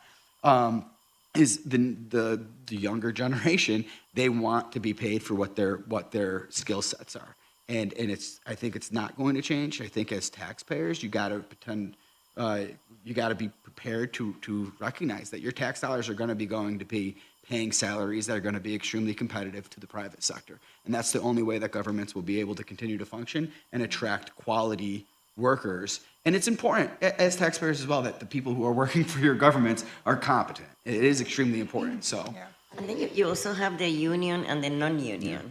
So there's a difference there. So those are things to always remember when you're budgeting. You need to deal with that. And going back to the benefits, at least in the city, not sure for you. Our contracts with let's say healthcare, your health insurance and stuff like that. Usually they're 3-year contracts, and then at the end of those contracts we evaluate, and then we decide to either continue or find a new vendor. And we do pool our power too. So like the city and the county, when we go out for an administrator, because like I said, we're self-insured, but we have an administrator, so your card says Excelis, and stuff like that. But we do it as a larger community in terms of multiple municipalities, which helps us to try to, find the best rates that there are out there. As mayor, one of the first things I did was hired a new broker for insurance to look at better, more competitively financed benefits, and somebody would answer the calls. But the employee retention is huge. It is, the salaries definitely had to go up. I do think that it's not necessarily this generation that doesn't think about benefits. I know that when I first got out of college, I didn't think about benefits. Sure. I mean, and you don't know how to. I'm 50. Yeah, I was like, oh, I'm a boat builder getting paid under the table. This sounds great. I can live in Vermont for $200 a week. Like, it didn't even occur to me to think about that. And now, as a school teacher whose husband is a teacher who is retiring this year, I think a lot about benefits, and we are hiring somebody, and we are really pushing the fact that, yes, it is a starting salary, but here is the reality. As clerk, you do contribute into New York State retirement, and that's a huge bonus. And I pray to God that our employees are not soulless. I think they seem pretty happy. I do have a lot of respect for our employees, and I make that very well known. Yeah, yeah. Aquila Collins. So my question is, when you all are doing your budgets, you mentioned that the constituents in the community doesn't really come out too often to the hearings and so forth and provide their feedback. So how do you get the data to understand what you need to do from a programmatic standpoint and ensure that you're addressing the right disciplines for the community if they're not coming out? Because sometimes they may not come out because they don't feel like they're being heard. I would say they don't come out that day, but they definitely speak up throughout the year. So, yeah, based on my email inbox, they definitely have no concerns about, voicing, their thoughts and concerns. But it's really, a lot of it is based on the department heads. So, for example, somebody just recently had a sewer issue, and that immediately got sent to the DPW department head. And so he's more aware of all of those things when he's putting together his budget and allocating different funds to different aspects of his budget. So. And then through the year, the data analytics is super important because that's what's going to tell the story at the end of the year, of where we, like you were saying, where we spent more, or if we could spend a little bit less here and more here, constituents calls, things of that nature, helps us see the picture to figure out where do we want to allocate the dollars. I think also your question addresses it. It's kind of the cross section of policy and budget at the same time, right? So, from my perspective, I'm going to be. You have to budget. You have to budget the basics. You have to budget the salaries. I mean, there's built-in raises every year based on contract negotiations. Those are non-negotiables. So you're gonna have that. Those numbers are pretty much what they're going to be. But when it comes to, like I said, the policy side of it is what would we like to see invested in? And from somebody who's elected, I think we have our initiatives. And if our initiatives aren't what's going to be supported by the public, I don't think we'll have a job very long, one. But at the same time, that helps with some of the feedback. It is interesting. People don't come. My town board meetings, people never come. Fortunately, I just had a pretty big one last week. And I was able to encourage, I ended up getting about 100 people to it. And they were all supportive of me and what the initiative I was trying to push forward. But most of the time they don't come. And I think that I try to say, I think maybe it's because they like what I'm doing. They didn't like what I was doing, they would be coming and they'd be telling me, and that's feedback that I would be very appreciative of. But if they don't, then it is my decision or the town board's decision. We're setting the policy initiatives. This is where we want our funds to go to, whether it's putting new walking trails around parks. Dewar Park, which is over in the Liverpool section of Salina, it's a nice park. We just did a nature trail walking path through some of the treat area with the idea that we know that they're going to be building a few houses, and we would like to connect this neighborhood into that park. A different section, Mattydale, we did a similar walking trail around a large park over there. And funding, improving our parks was a policy that I said that I wanted to do as supervisor.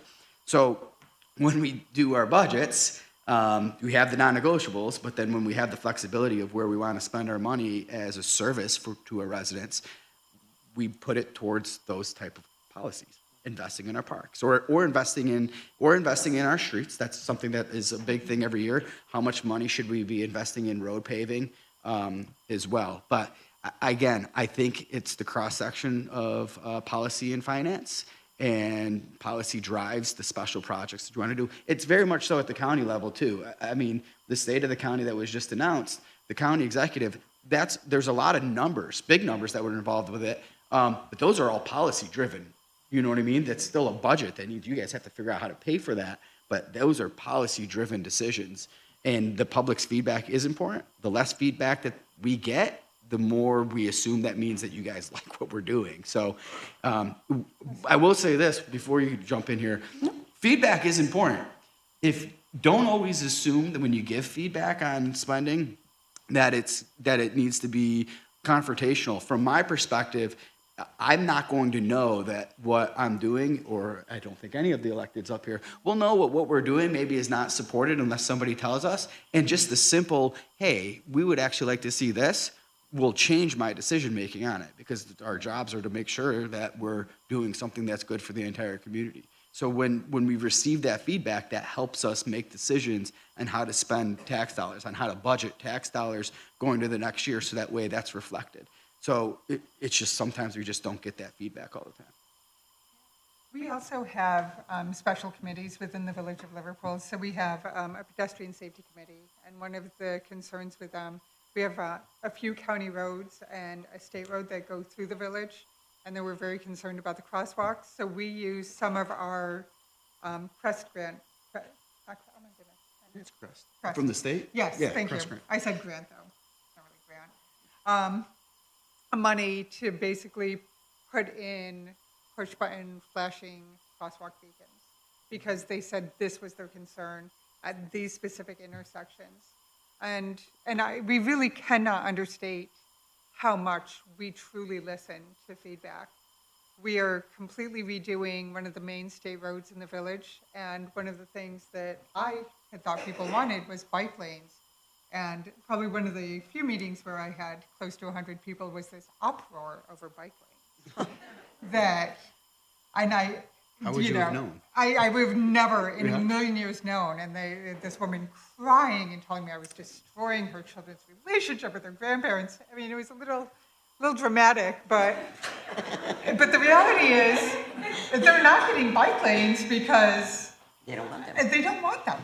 And this is not a hill I'm going to die on. I just, And creating a budget is not a one person's job. You know, it's the team, that's involved that creates the budget. And I think, from the county's perspective, I think a lot of times we have even more touch points than some of the other municipalities, because a lot of the human service or social service programs are run through the county for obviously everybody. So a lot of our health department, our social service department, our children and family services department are interacting with the community all of the time. We have outreach teams. We partner with, not-for-profit organizations, neighborhood organizations to try to get that feedback. So we do have people participate in our budget public hearing, but a lot of times that's not where we're getting the feedback that is driving those policies that are in the budget. It's really the day-to-day and interacting with that in the different contracts And stuff as like that. legislators and councilors, we're out there in the community, so we're listening. We're going to these meetings with the different, in the city, you have the TNTs, you have the non-for-profits, as you're saying. There's many, many community meetings that we do attend to, and we bring data. And the data is the other part. Is we also are looking, as we roll out new initiatives and different things, is making sure we have performance metrics to say, okay, we've invested this money. Is it really working in the community and stuff like that? So there's the feedback loop with the data too. But yes, we have a ton of touch points with all of the different departments and really engaging in the community. And that's where most of the feedback comes, really at the ground level when you're interacting with them. Yeah. My name is Bill. I live in the town of Clay. My mailing address is Liverpool, but I don't live in the village. So I have two simple questions. Is there a separate village tax? yes. And where does the boundary of Liverpool end with relation to Syracuse, the city, when you go down Old Liverpool? This is going to get interesting. So, it's funny that you ask that, because every time the bridge gets hit, then Oh my God. they call me. It's not my bridge. It's not my bridge. So it's basically between our DPW is actually not in the village. So you're coming down Onondaga Lake Parkway. You pass the DPW on your right-hand side, and then just past that, you'll see a sign for the Village of Liverpool. That's the boundary, sort of Liverpool Animal Hospital Heights are in the village. Everything else beyond that is the city. No. No, that's Clay. So Salina, sorry. Yeah, so the village is located, the Village of Liverpool is located in the town of Salina. Completely. Your address says Liverpool because, your address actually says Liverpool specifically because of the Liverpool School District.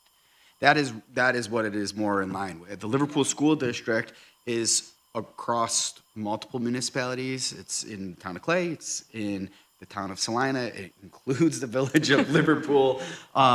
So I'll put it this way, there's a large section of the town of Salina that it's Liverpool that's not the village of Liverpool as well. If you go north of the village of Liverpool all the way up to the Seneca River, John Glenn Boulevard, that's Salina. If you go to Elmcrest Elementary School behind the Wegmans on, 57, that neighborhood directly behind that Wegmans is the town of Salina. Mind you, the Wegmans is in the town of Clay. It's very confusing. So all of that is Liverpool. The village of Liverpool is just a smaller municipal boundary, and it extends. Hydes is a good marker. We can just start with Hydes. So where Hydes is the southern point of the village of Liverpool. The northern point would be the water tower. Do you know where the water tower is? Right by the fire department, but the fire department is not it. So that's just like a good pointer for it, and then everything north of it does continue to exist as Liverpool. The village of Liverpool is quite literally 1 square mile. So I'll say that I'm the mayor for the village of Liverpool, and people are like, oh, and I'm like, it's not. You have 3,000 residents? 2,000.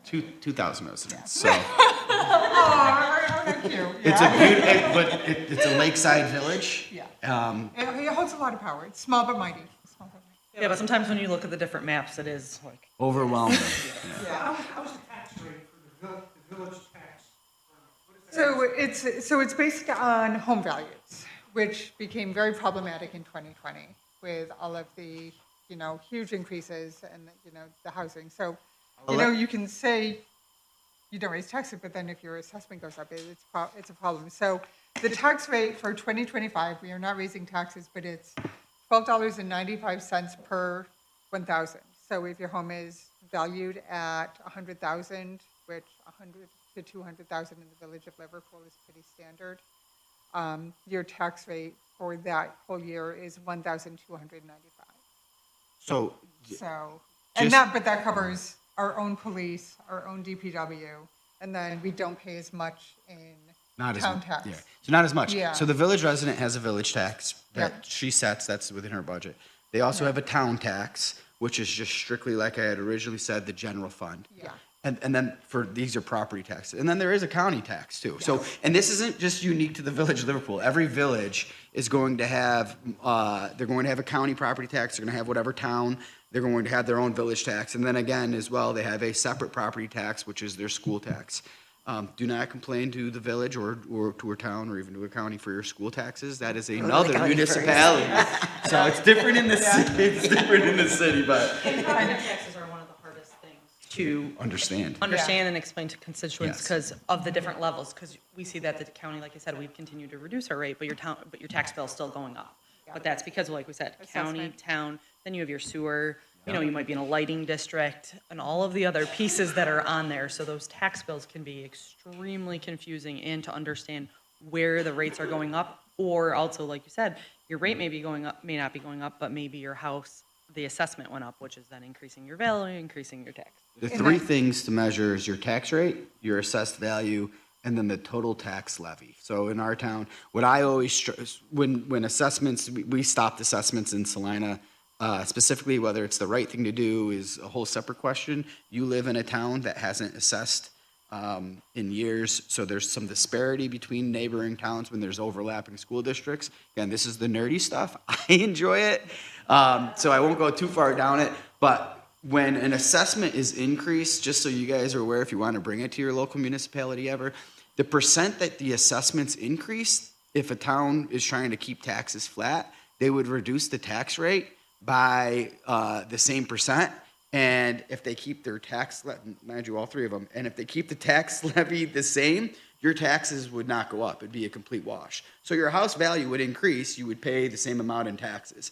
That's not usually what happens. Usually when assessments go up, they don't cut your tax rate by the same percentage, so that way you are having a lower tax rate, but your taxes that you pay are marginally going up. And if the tax levy continues to go up, your tax will go up even more.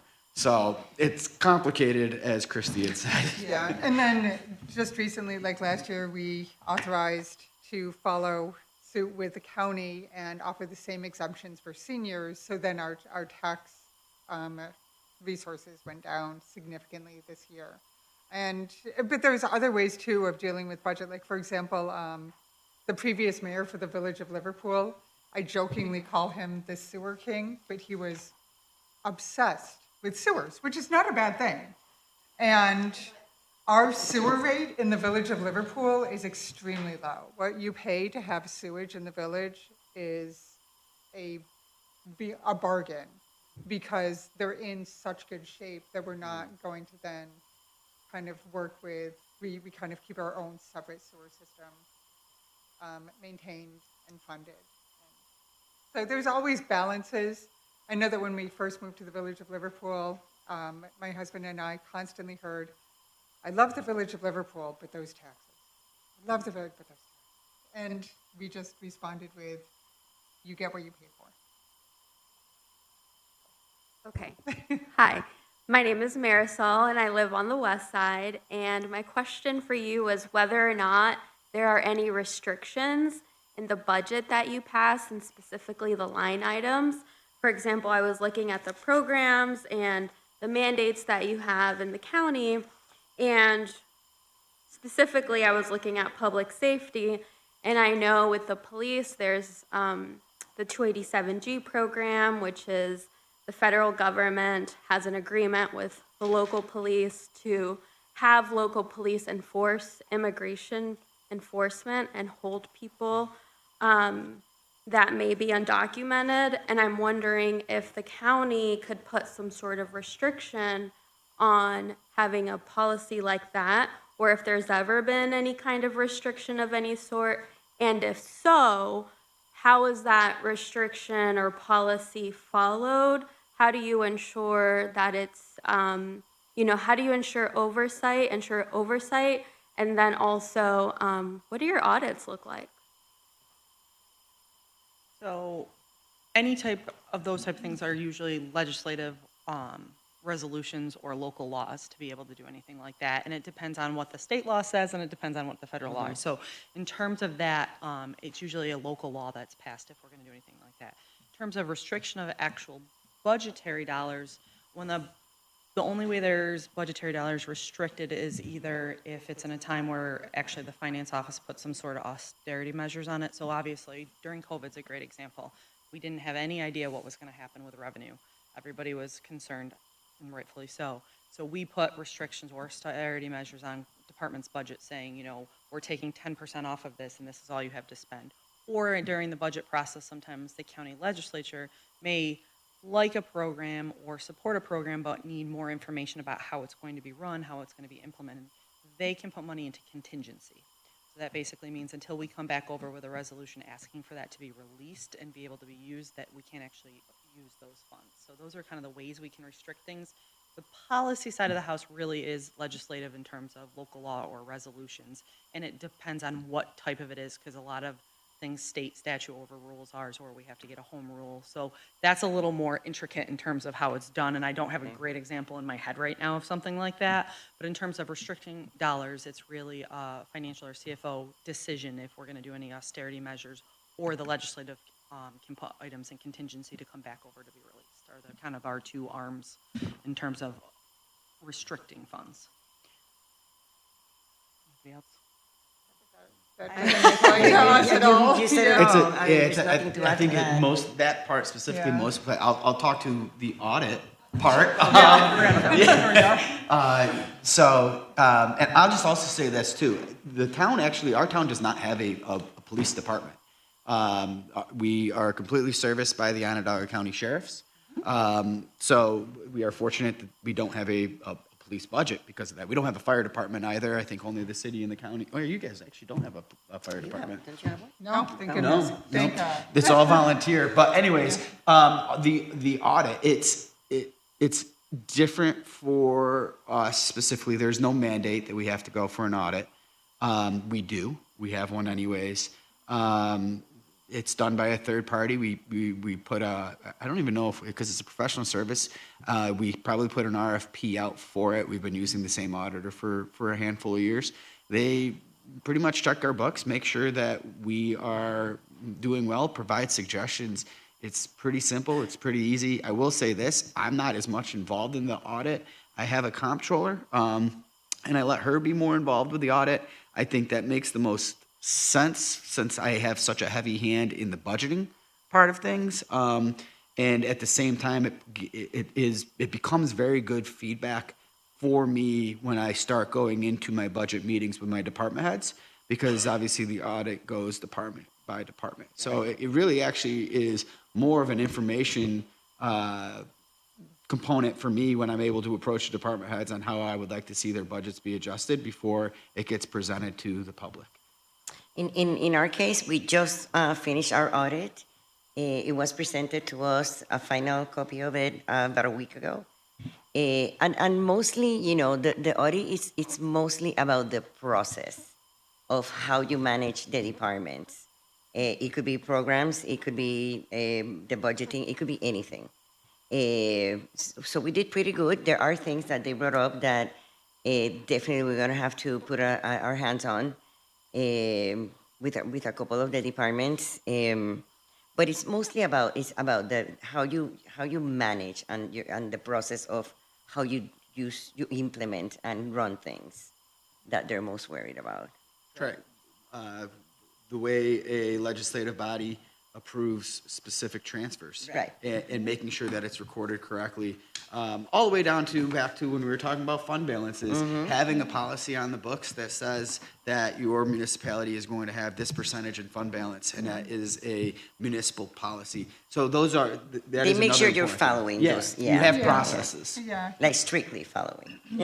So our county has auditors review, obviously, our financial statements, and then there are what we call single audits as well. So depending on the dollar amount from federal funding, there are different thresholds that have to have single audits that they actually go through those programs, both from a programmatic perspective and processes and the financial piece. So there's both on our end. Back when ARPA, if everybody Still- remembers still- ARPA. we're still in ARPA, yeah. ARPA was a, What does that stand for? so. American Rescue Plan Act. That was something that they actually, and not to get too into the weeds on it, they waived the single audit of it to some degree, because if they hadn't, the federal government would have been doing single audits for hundreds of thousands of municipalities. Everybody who had received ARPA funds would have ended up having to go through the single audit process. Our federal government would have been probably broken if they ended up having to do that. But we don't really have the instance where we have to do single audits because we don't get money, much funding. I don't know if you know, get any federal funding, so.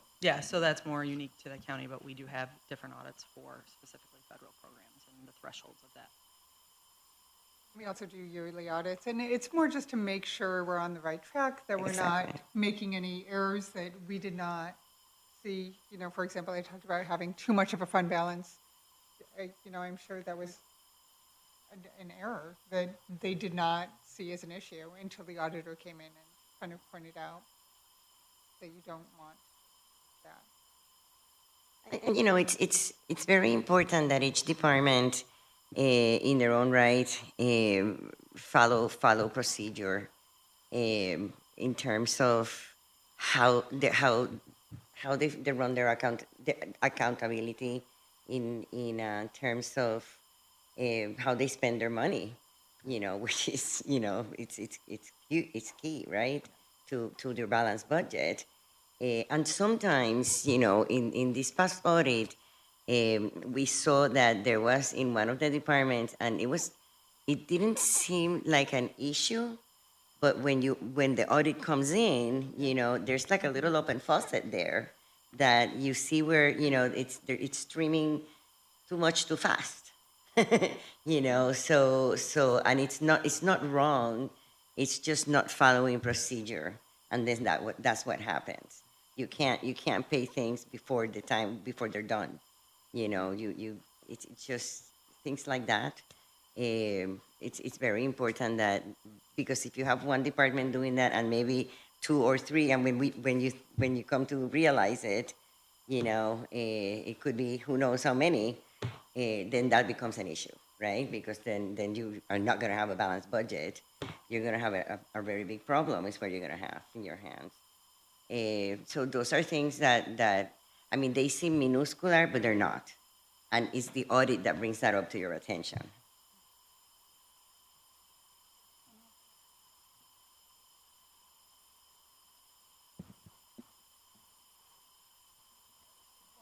Okay. Hi, I'm Angela. I'm from the Eastwood area, and I also serve on the Syracuse Board of Zoning Appeals. I wanted to ask, when you're going through the budget, and how do you ensure community engagement when like underserved populations when going through the budget process?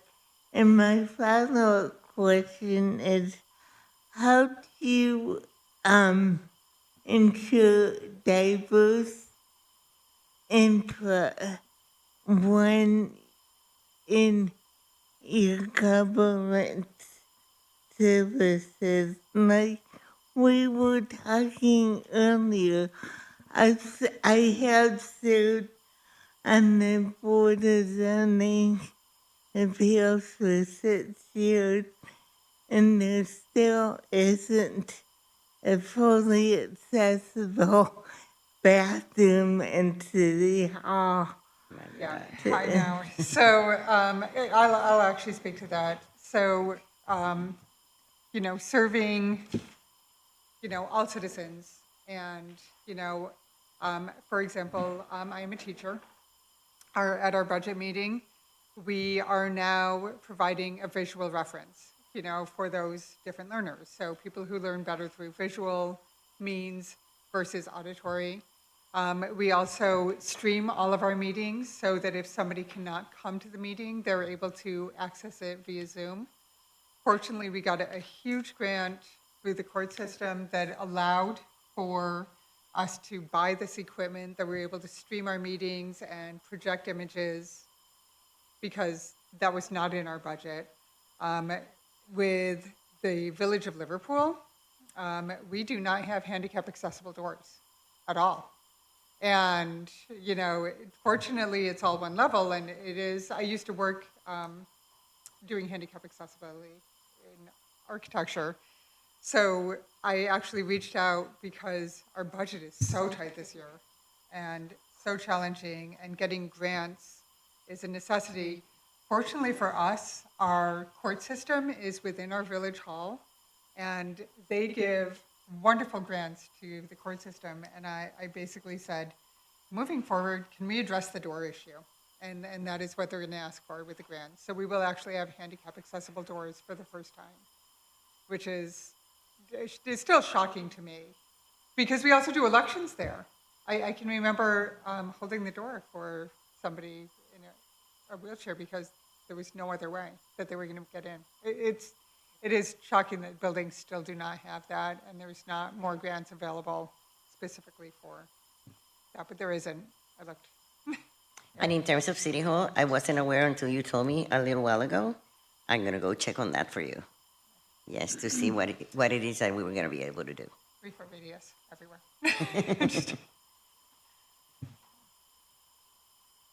So like the town, we do, all of our legislative meetings are streamed live, and things. Ours too. Yeah. And all the committee meetings and different things, and obviously the notes are then published online. In terms of accessibility, luckily a lot of the county buildings are, but I'm certainly not saying all county buildings are. And I don't have a great answer for that, but I will bring it back to our facilities commissioner to, verify what is and is not, because I don't know the answer to all of that. Our facilities are ADA compliant. We just actually updated our town hall. We're, it's good. We are, all of our parks are, we're building a brand new community center that's extremely accessible as well. The town does not stream our meetings, and I'm going to tell you, this is exactly why. We have somebody that comes and streams them, and I said that from day one. I said, anybody from the public, if you're interested, you can come to our meetings and you can film them. And I said, 5 people can sit and they can film the meetings and they can stream them and they can put them on YouTube. And we have somebody that's doing that. I think I alluded to it earlier about public engagement and the honor it is to serve in this position. I also think that it is important that some of the onus is on the public as well to engage, to come. And I want to see that. And I honestly, I'm curious that if I didn't do that, and if we served and streamed the meetings ourselves, whether or not the individual that comes to record the meetings would continue to show up. And You can't actually stream them, by the way. I know this. So your well, place is we too also echoey. have, yes. So we had a counselor. In all due respect, actually, we had a counselor who was very interested, wanting to do what the Village Liverpool does. And I told her, I said, you're more than welcome to do some test runs, figure this out, come up with a budget for it. Pretty much the whole process. And our room is it just does. I don't even, the echo, I'm not exactly sure, but the system just didn't work. But we do have somebody, they come, they do film it on their phone, they post it on their YouTube page, and I really appreciate that. I will also say this, and I tell everybody this, my door's open, my phone is available, my email is available, you can reach out to me, and I'm more than transparent. Our entire town hall, our entire government is more than transparent to offer anything and steer anybody in the right direction. But I will like to stress this, that there is some responsibility on the residents in the town to make sure that they're engaging with their government. And then it's the government's responsibility to make sure that they take that engagement and provides the information. But I really want to encourage residents, they should reach out and find those avenues to engage with their local government. Yeah. I agree with that, yes. You did a phenomenal job with their town hall. It is very accessible. I will say that, much more so than ours. One way. Thank you. Gets me angry every time I walk in. So one other thing is just, basic communication. Last year we had to raise the taxes, and sending out a simple letter explaining why and explaining what happened and explaining these are the services that you're getting for your village taxes did wonders. We normally, when you raise the taxes, you have a huge amount of people at your budget meeting. I think we had like 5, and one of them was the reporter. Always. Russ.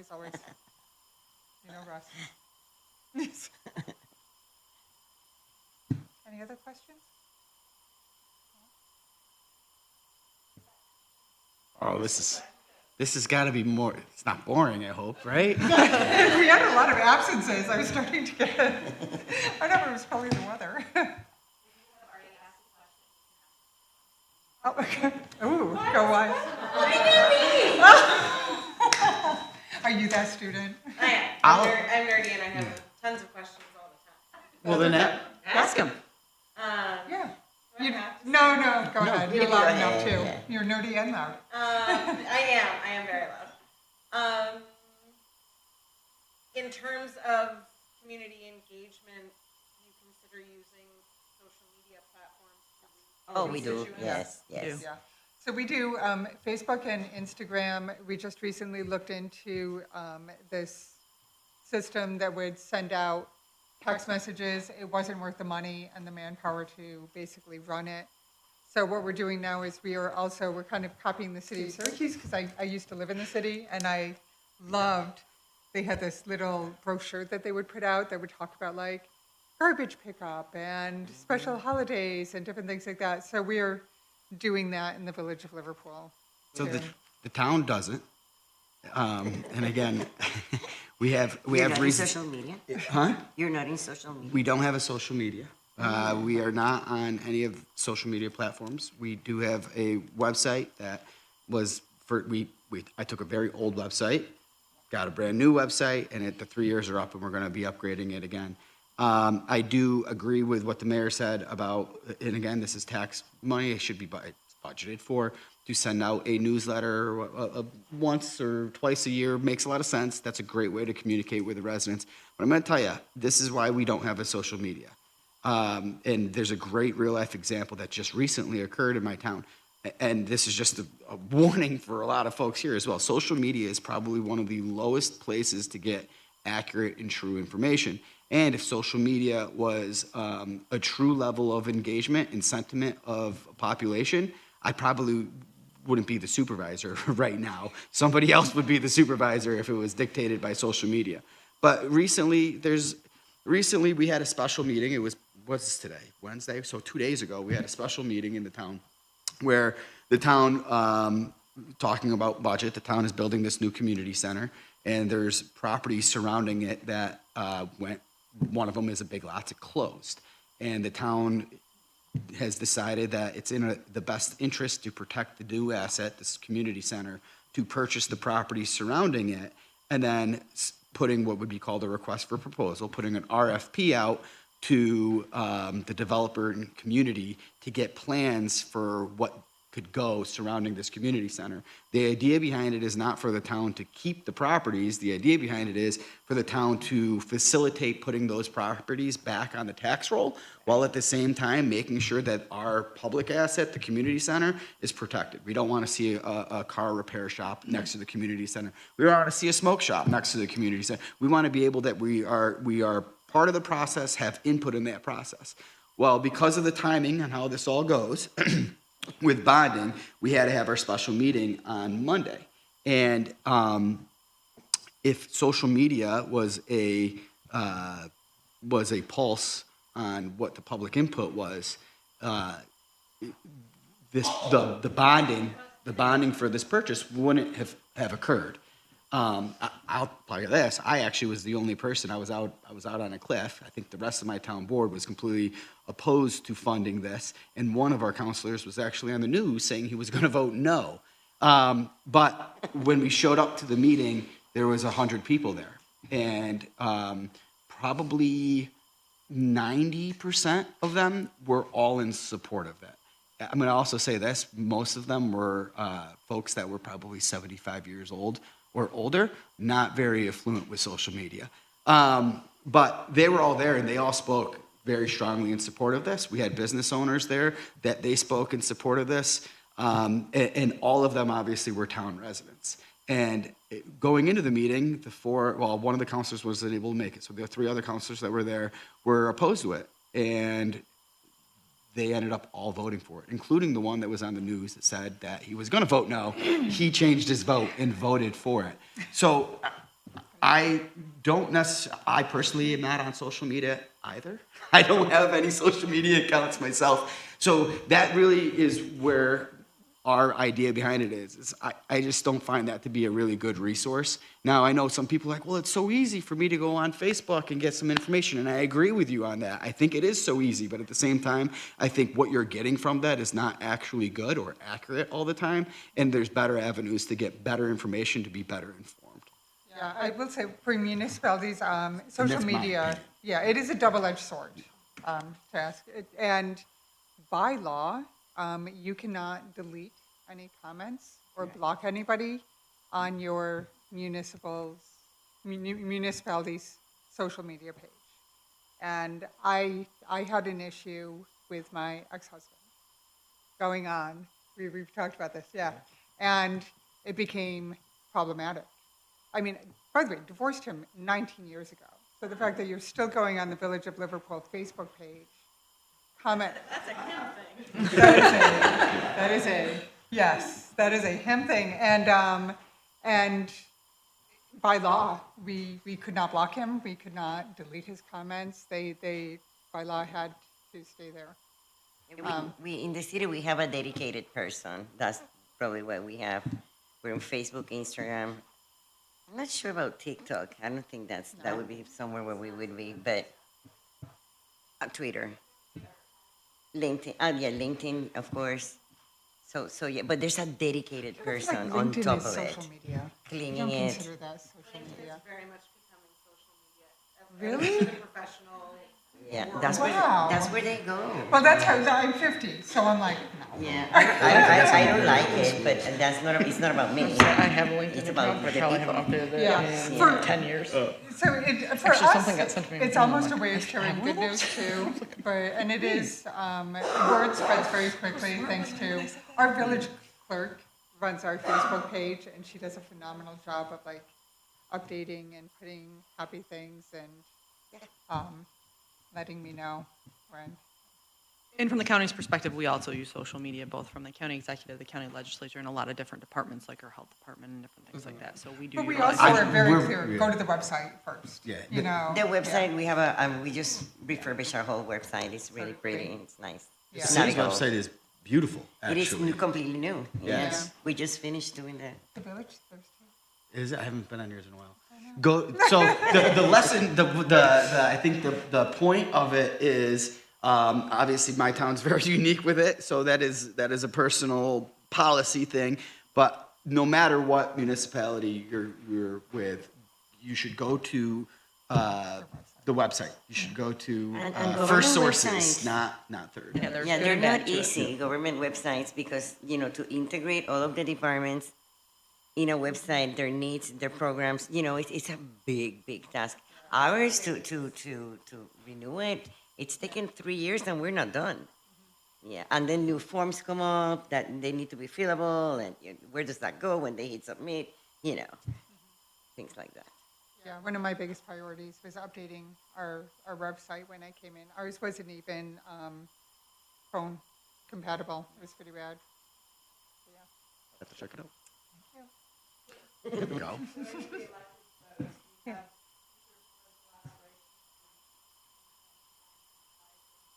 Well, I just lost an election, so. She's like pouring salt in the room. No, it's okay. I just recently ran for state senate. It was a close election. It was a hard fought election. That's right. Yeah. That's why. Now I remember when I seen you. So, but to that point, yeah, He did such a good job too. I did. Do you live in Linkport? Well, I very much appreciate that first and foremost. Yeah. So I'll put it. There's two things that are really interesting with it. Yes, I ran for higher office. I ran for state senate. I did it strictly based on, again, what I think in this position is this is about doing where can I be doing the most good for the place I grew up in, right? And I've been supervisor now. This is my fourth year. Before that, I was a town councilor for a term, and I worked in the county legislature. And a lot of the things that I work on, and some of the things I felt that I had an opportunity to do more good at the state level for Central New York. I lost the election, and that's okay because I'm still the supervisor. I'm still able to do. We wouldn't be purchasing the property surrounding our community center. That's still very good. And in fact, me being a state senator in some higher offices, you have different. You may not be able to do as much good in those positions directly to the community as you can in the ones that are much closer to you. So when a reporter had asked and said, why are you running for Senate? Well, you'll be one of many, while as the supervisor, you are the executive of the town and you can have direct input. And that point is very well taken. So do I have higher aspirations beyond it? I can't give you that answer. I couldn't tell you, again, I have a law degree as well. There are many offers with regards to that. My entire motive is where can I do the most good for my neighbors, my community, the people that I want. And also, I don't have kids yet, and I think this is, we hopefully will be having kids soon, and I want to make sure that my kids are able to enjoy the area as much as I've been able to enjoy the area. So hopefully that's a good answer for you. I'm running for council president this year. I didn't know that. Yeah. But I'm 62. I don't know after that. Yeah. We'll be grooming the younger generation to you guys to do the job. I can say that I will not be seeking higher office.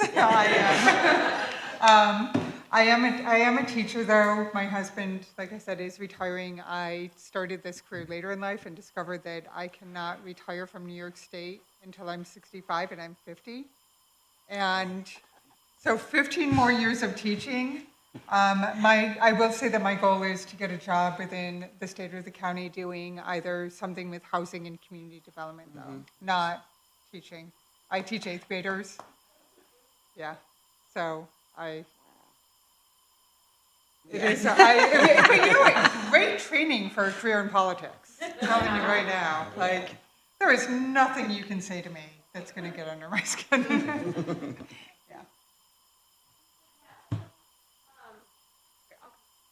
So my question is about the federal budget cuts. So right now, New York has a proposed $252 billion budget, 90 billion of which is from federal funding. And I know Rita talked about the trickle down of that. Do you all have a contingency plan for the compounding effect of those federal budget cuts?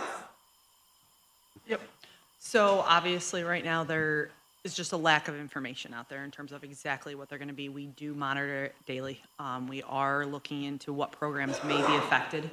So yes, it's certainly something that is on our, radar constantly, and we're also looking at the state. So a lot of times, not that the federal cuts wouldn't impact, there are different ones, but a lot of the funding that the county gets from the federal government right now doesn't seem like it's going to be as impacted as much as maybe we initially thought.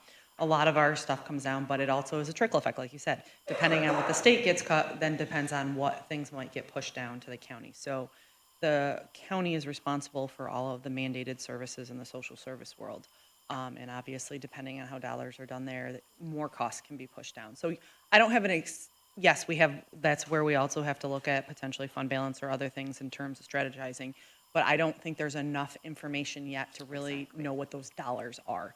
So it's definitely something that's on the front, really on our radar right now, and we're paying a lot of attention to it, but there's just not enough information out yet to really kind of see what that impact is going to be to our local budget. But it is definitely something that we're constantly looking at. How much federal dollars does the county get? Ask me that. Oh, I'm sorry. No, I had it up. If you had a number in We've mind. been closing the books and everything else, so numbers lately have been a little, but I do have it up here. With me, federal aid is about 141 million.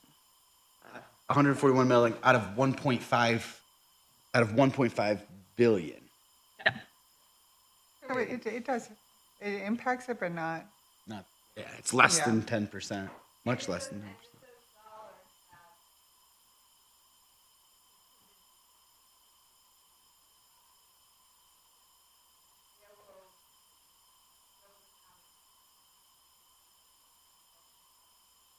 That's a policy decision that will have to be determined by our county executive. I can't really speak to that at that point. Obviously, conversations are being had now, but that really comes from the policy director and what the county executive feels. So I don't have a specific answer, especially to that one directly. You don't get federal funding.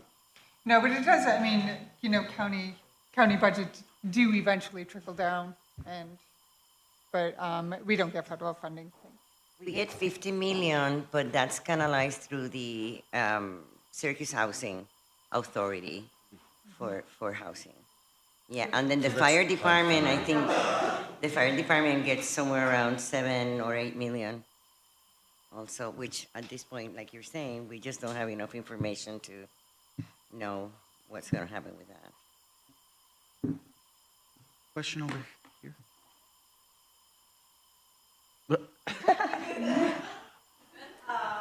I was not part of that.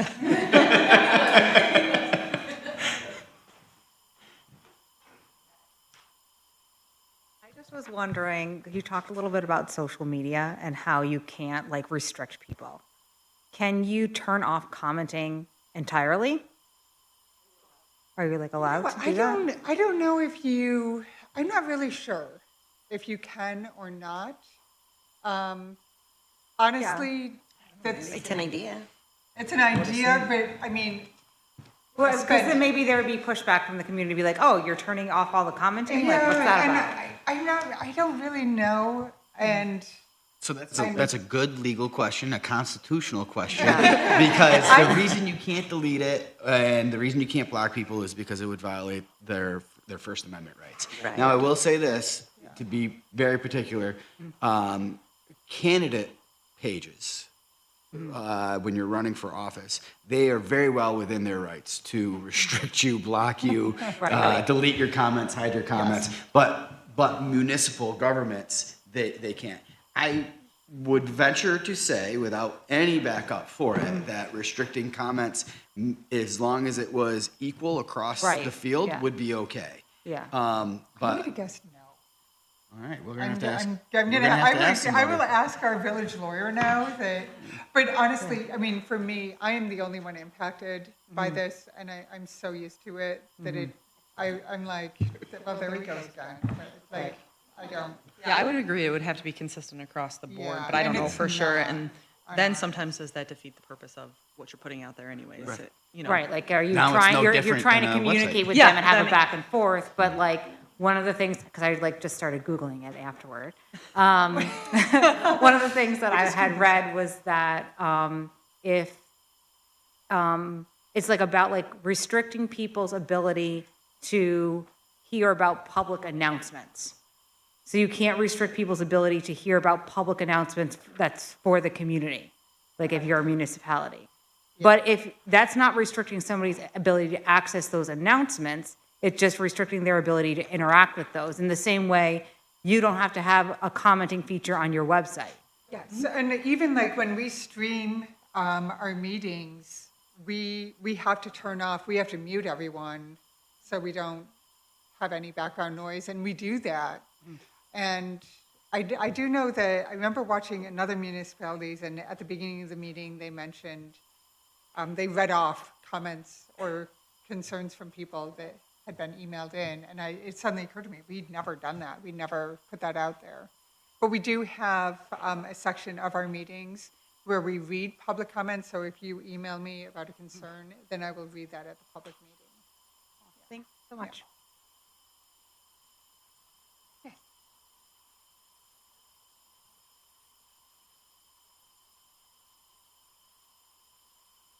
Oh, is it the not having, deleting comments in relation to public record? I'm not It's a sure. restriction of speech. That's Yeah. directly what it is and that's why I think if it's turning off comments and it's equal across the board, I think that's why it'd be okay. But if you're deleting or blocking one individual, while obviously others don't get blocked or deleted, you're restricting that individual's right to speech. So, and remember, and again, back to why it's so important where you get your information from. There's a different standard that elected officials and government in general have when it comes to the speech that the public's allowed to say. So pretty much the idea in New York State specifically is the public's going to be able to discern what's true and false. So people can say false things without really any pushback. We don't have any legal mechanism to stop it either. They are able to do that. So that's where I think the frustration comes on in social media is there's so much false stuff that's on our social media pages, but we can't stop that because it would violate their free speech. But I think your question's a really good one, and I don't have an exact answer for it, but I think if it's equal, because you can shut off comments during live streaming, you don't have to allow access to people to comment while they're watching the streaming. With response to social media, the mayor of Solvay just recently used social media to counteract false statements via a mailer that he had in his village. And he did a phenomenal job of using social media to address these false statements in a mailer, which is an interesting way that he was then able to overcome that. And they had a 4.5-hour budget meeting. We'll put one other budget thing out there just Yeah. to give the municipalities, the county, the village, town, city. I'm not as familiar with your budget, so hopefully it's accurate all the way across. But to bring up what you were asking earlier about Liverpool, and I kind of alluded to school budgets, if you're in the suburbs specifically, your largest property tax bill is your school. Oh, yeah. Is your school tax bill. So in consideration of that, just keep that in mind. Your lowest property tax bill is always going to be your town or your village. And the counties is actually pretty low too.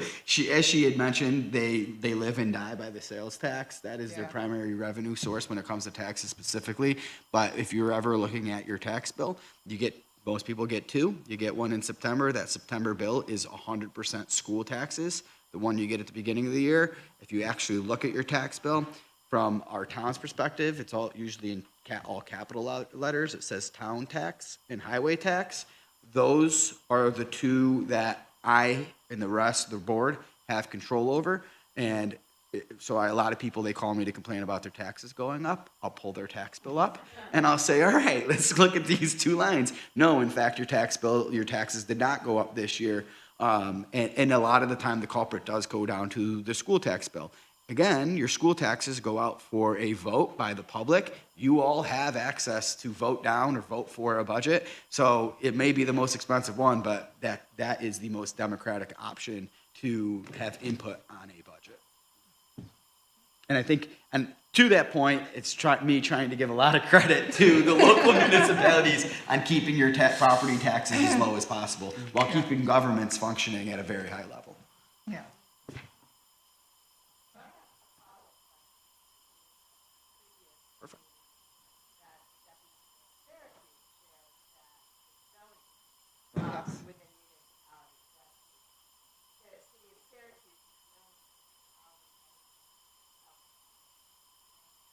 What do you mean by shelters?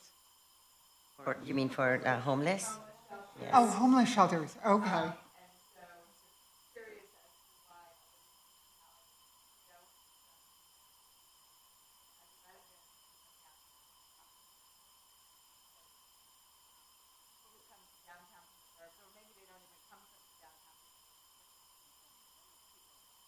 Well, so I now have an answer, which I'm very happy about, because I was very sarcastically saying, well, you don't have, your municipality is not zoned to have shelters. Well, I'll just put two reasons logistically first and foremost. One, most of the services for these folks are going to be in your downtown area. The county, obviously, they run a lot of the services that those folks are going to have the greatest access to. So I think part of it is making sure that those folks are as close as possible to the resources that they're able to have. But also, number two, and I think this is something that may be changing, which could change this particular issue, is transportation outside of the city of Syracuse. Transportation, while it exists, it's not the most robust. In fact, I think we can look. Even in the city I of was gonna say, Syracuse. even in the city. Right, Yeah. and that's where Even most here. of it exists, is in the city itself. But if you're as you go outside of the city, public transportation is we are very much behind the times. If we look at ourselves in comparison, not just to New York State, but also other states, we're very much behind the times when it comes to accessibility from outer rib suburbs to main downtown areas where most of the services exist. So that may be more of a strategic thing, like a planning department strategic thing, why that is the case. But I will also say this, in my town specifically, we're fully built out. So it would be very difficult for us now to go back in and zone something that would be called spot zoning. It would be a difficult burden for us to justify zoning a residential neighborhood with a small area that would be allowable for a shelter. Now, I'm not saying it's impossible, but I'm saying that there is some hoops that my town would have to specifically jump through to do it. In other towns further out, Clay or Cicero, where there's a lot of vacant properties, there's a lot more opportunity for them to do so because, again, those aren't built out, those aren't developed yet. But then it goes back to the issue that I talked about at the very beginning. Those are much farther away from the resource centers, and the public access to those resource centers are much more difficult as you go further away from it. I think that's a really interesting thing that you pose. And I think obviously the low hanging fruit is that's not right. We should be able to share in this as a community. But I think from the purely logistical policy side of things, I think those are some of the difficulties that communities need to recognize, and that it's not just a quick shot in the arm fix. we need to build out other things first to be able to allow us to do something like that. Hopefully that's a good answer. I'm going to be totally honest, I did not realize that shelters were its own personal zoning designation. I had no idea that, yeah. Yeah. So we are updating our comprehensive plan right now, and it's 20 years old. And one of the biggest things, especially with the housing crisis, that a lot of people are talking about are called granny shelters, or these smaller buildings on properties. And in the village of Liverpool, there are some people with, even though our lots are somewhat small, there are certain people that have like this center lot in the middle of a block. If you look at our map, it's very odd. And so a lot of people are really pushing to have us zone to allow for building these smaller homes within those lots, which they can then rent out. But I truly had no idea that shelters, I just assumed that if you wanted to build a homeless shelter with, other services, that you would just ask for a building permit for that. I didn't realize that was a zoning thing. I'd also have to, I'm not gonna entirely push back on it, but I'm curious too, because there's from some stretch of the imagination, it could be called a residential, which would fall into a residential zoned area. Yeah. Which then also begs the question. We do. Oh, yeah. The village of Liverpool is our village has the highest rate of poverty. It was based on the 2020 census, Compared so I'm to not other sure. villages. Yes. Okay. So, but yeah, compared to Skinny Atlas. So, yes, we have. By the way, it was based on the 2020 census, so I'm not sure how completely accurate that was, but we do have a lot of senior citizens. We do have low-income housing, and we have, of the very small areas that we have to build out, one of the lots was purchased by a church, and initially they wanted it for parking, which they don't need. So now they're looking at building a series of units in this triangular space, and they do want it for low-income and immigrant housing. And as long as it is not tax exempt, I'm fine. Which to services like a church or another organization that runs a lot of the shelters, they would also have to be the ones to initiate that. They'd have to be interested in opening up a shelter in a suburban community. I think a church specifically is, what you just talked about is fantastic, and that is a wonderful thing. But that would be the other thing. I think, one of the service groups that run these shelters would have to just approach a town and say, we would like to have one here, and go through that process. So we had a situation many years ago, before I was mayor, where there was a large home on the lake that had not sold in many years, the Valamont Lake property, and somebody wanted to purchase it. So you remember this now? Somebody wanted to purchase it and do a drug rehab center in a very residential area, and it wasn't zoned for being a business, and it didn't get approved. But I would have just assumed that something like a homeless shelter would be considered a business, where you just need to go and get a permit to have that in that area. I'm shocked, truly, that it's its own specific zoning. I find that bizarre. Yeah, like, here's my bakery zoning, here's my, yeah. Well, thank you so much. A round of applause for our incredible panelists. Dylan, I see that you have a question, and unfortunately we don't have any time for it, but I do encourage you to come up and ask the panelists. I'm sorry that I had to cut us off. We have some City Hall employees that need to go home, and I'll hear about it. So our final session will be our graduation event. Due to limited space, we regretfully cannot accommodate plus ones, but I am thrilled to tell you that we'll have a few special guests. It's like 4. They didn't take all of your plus ones.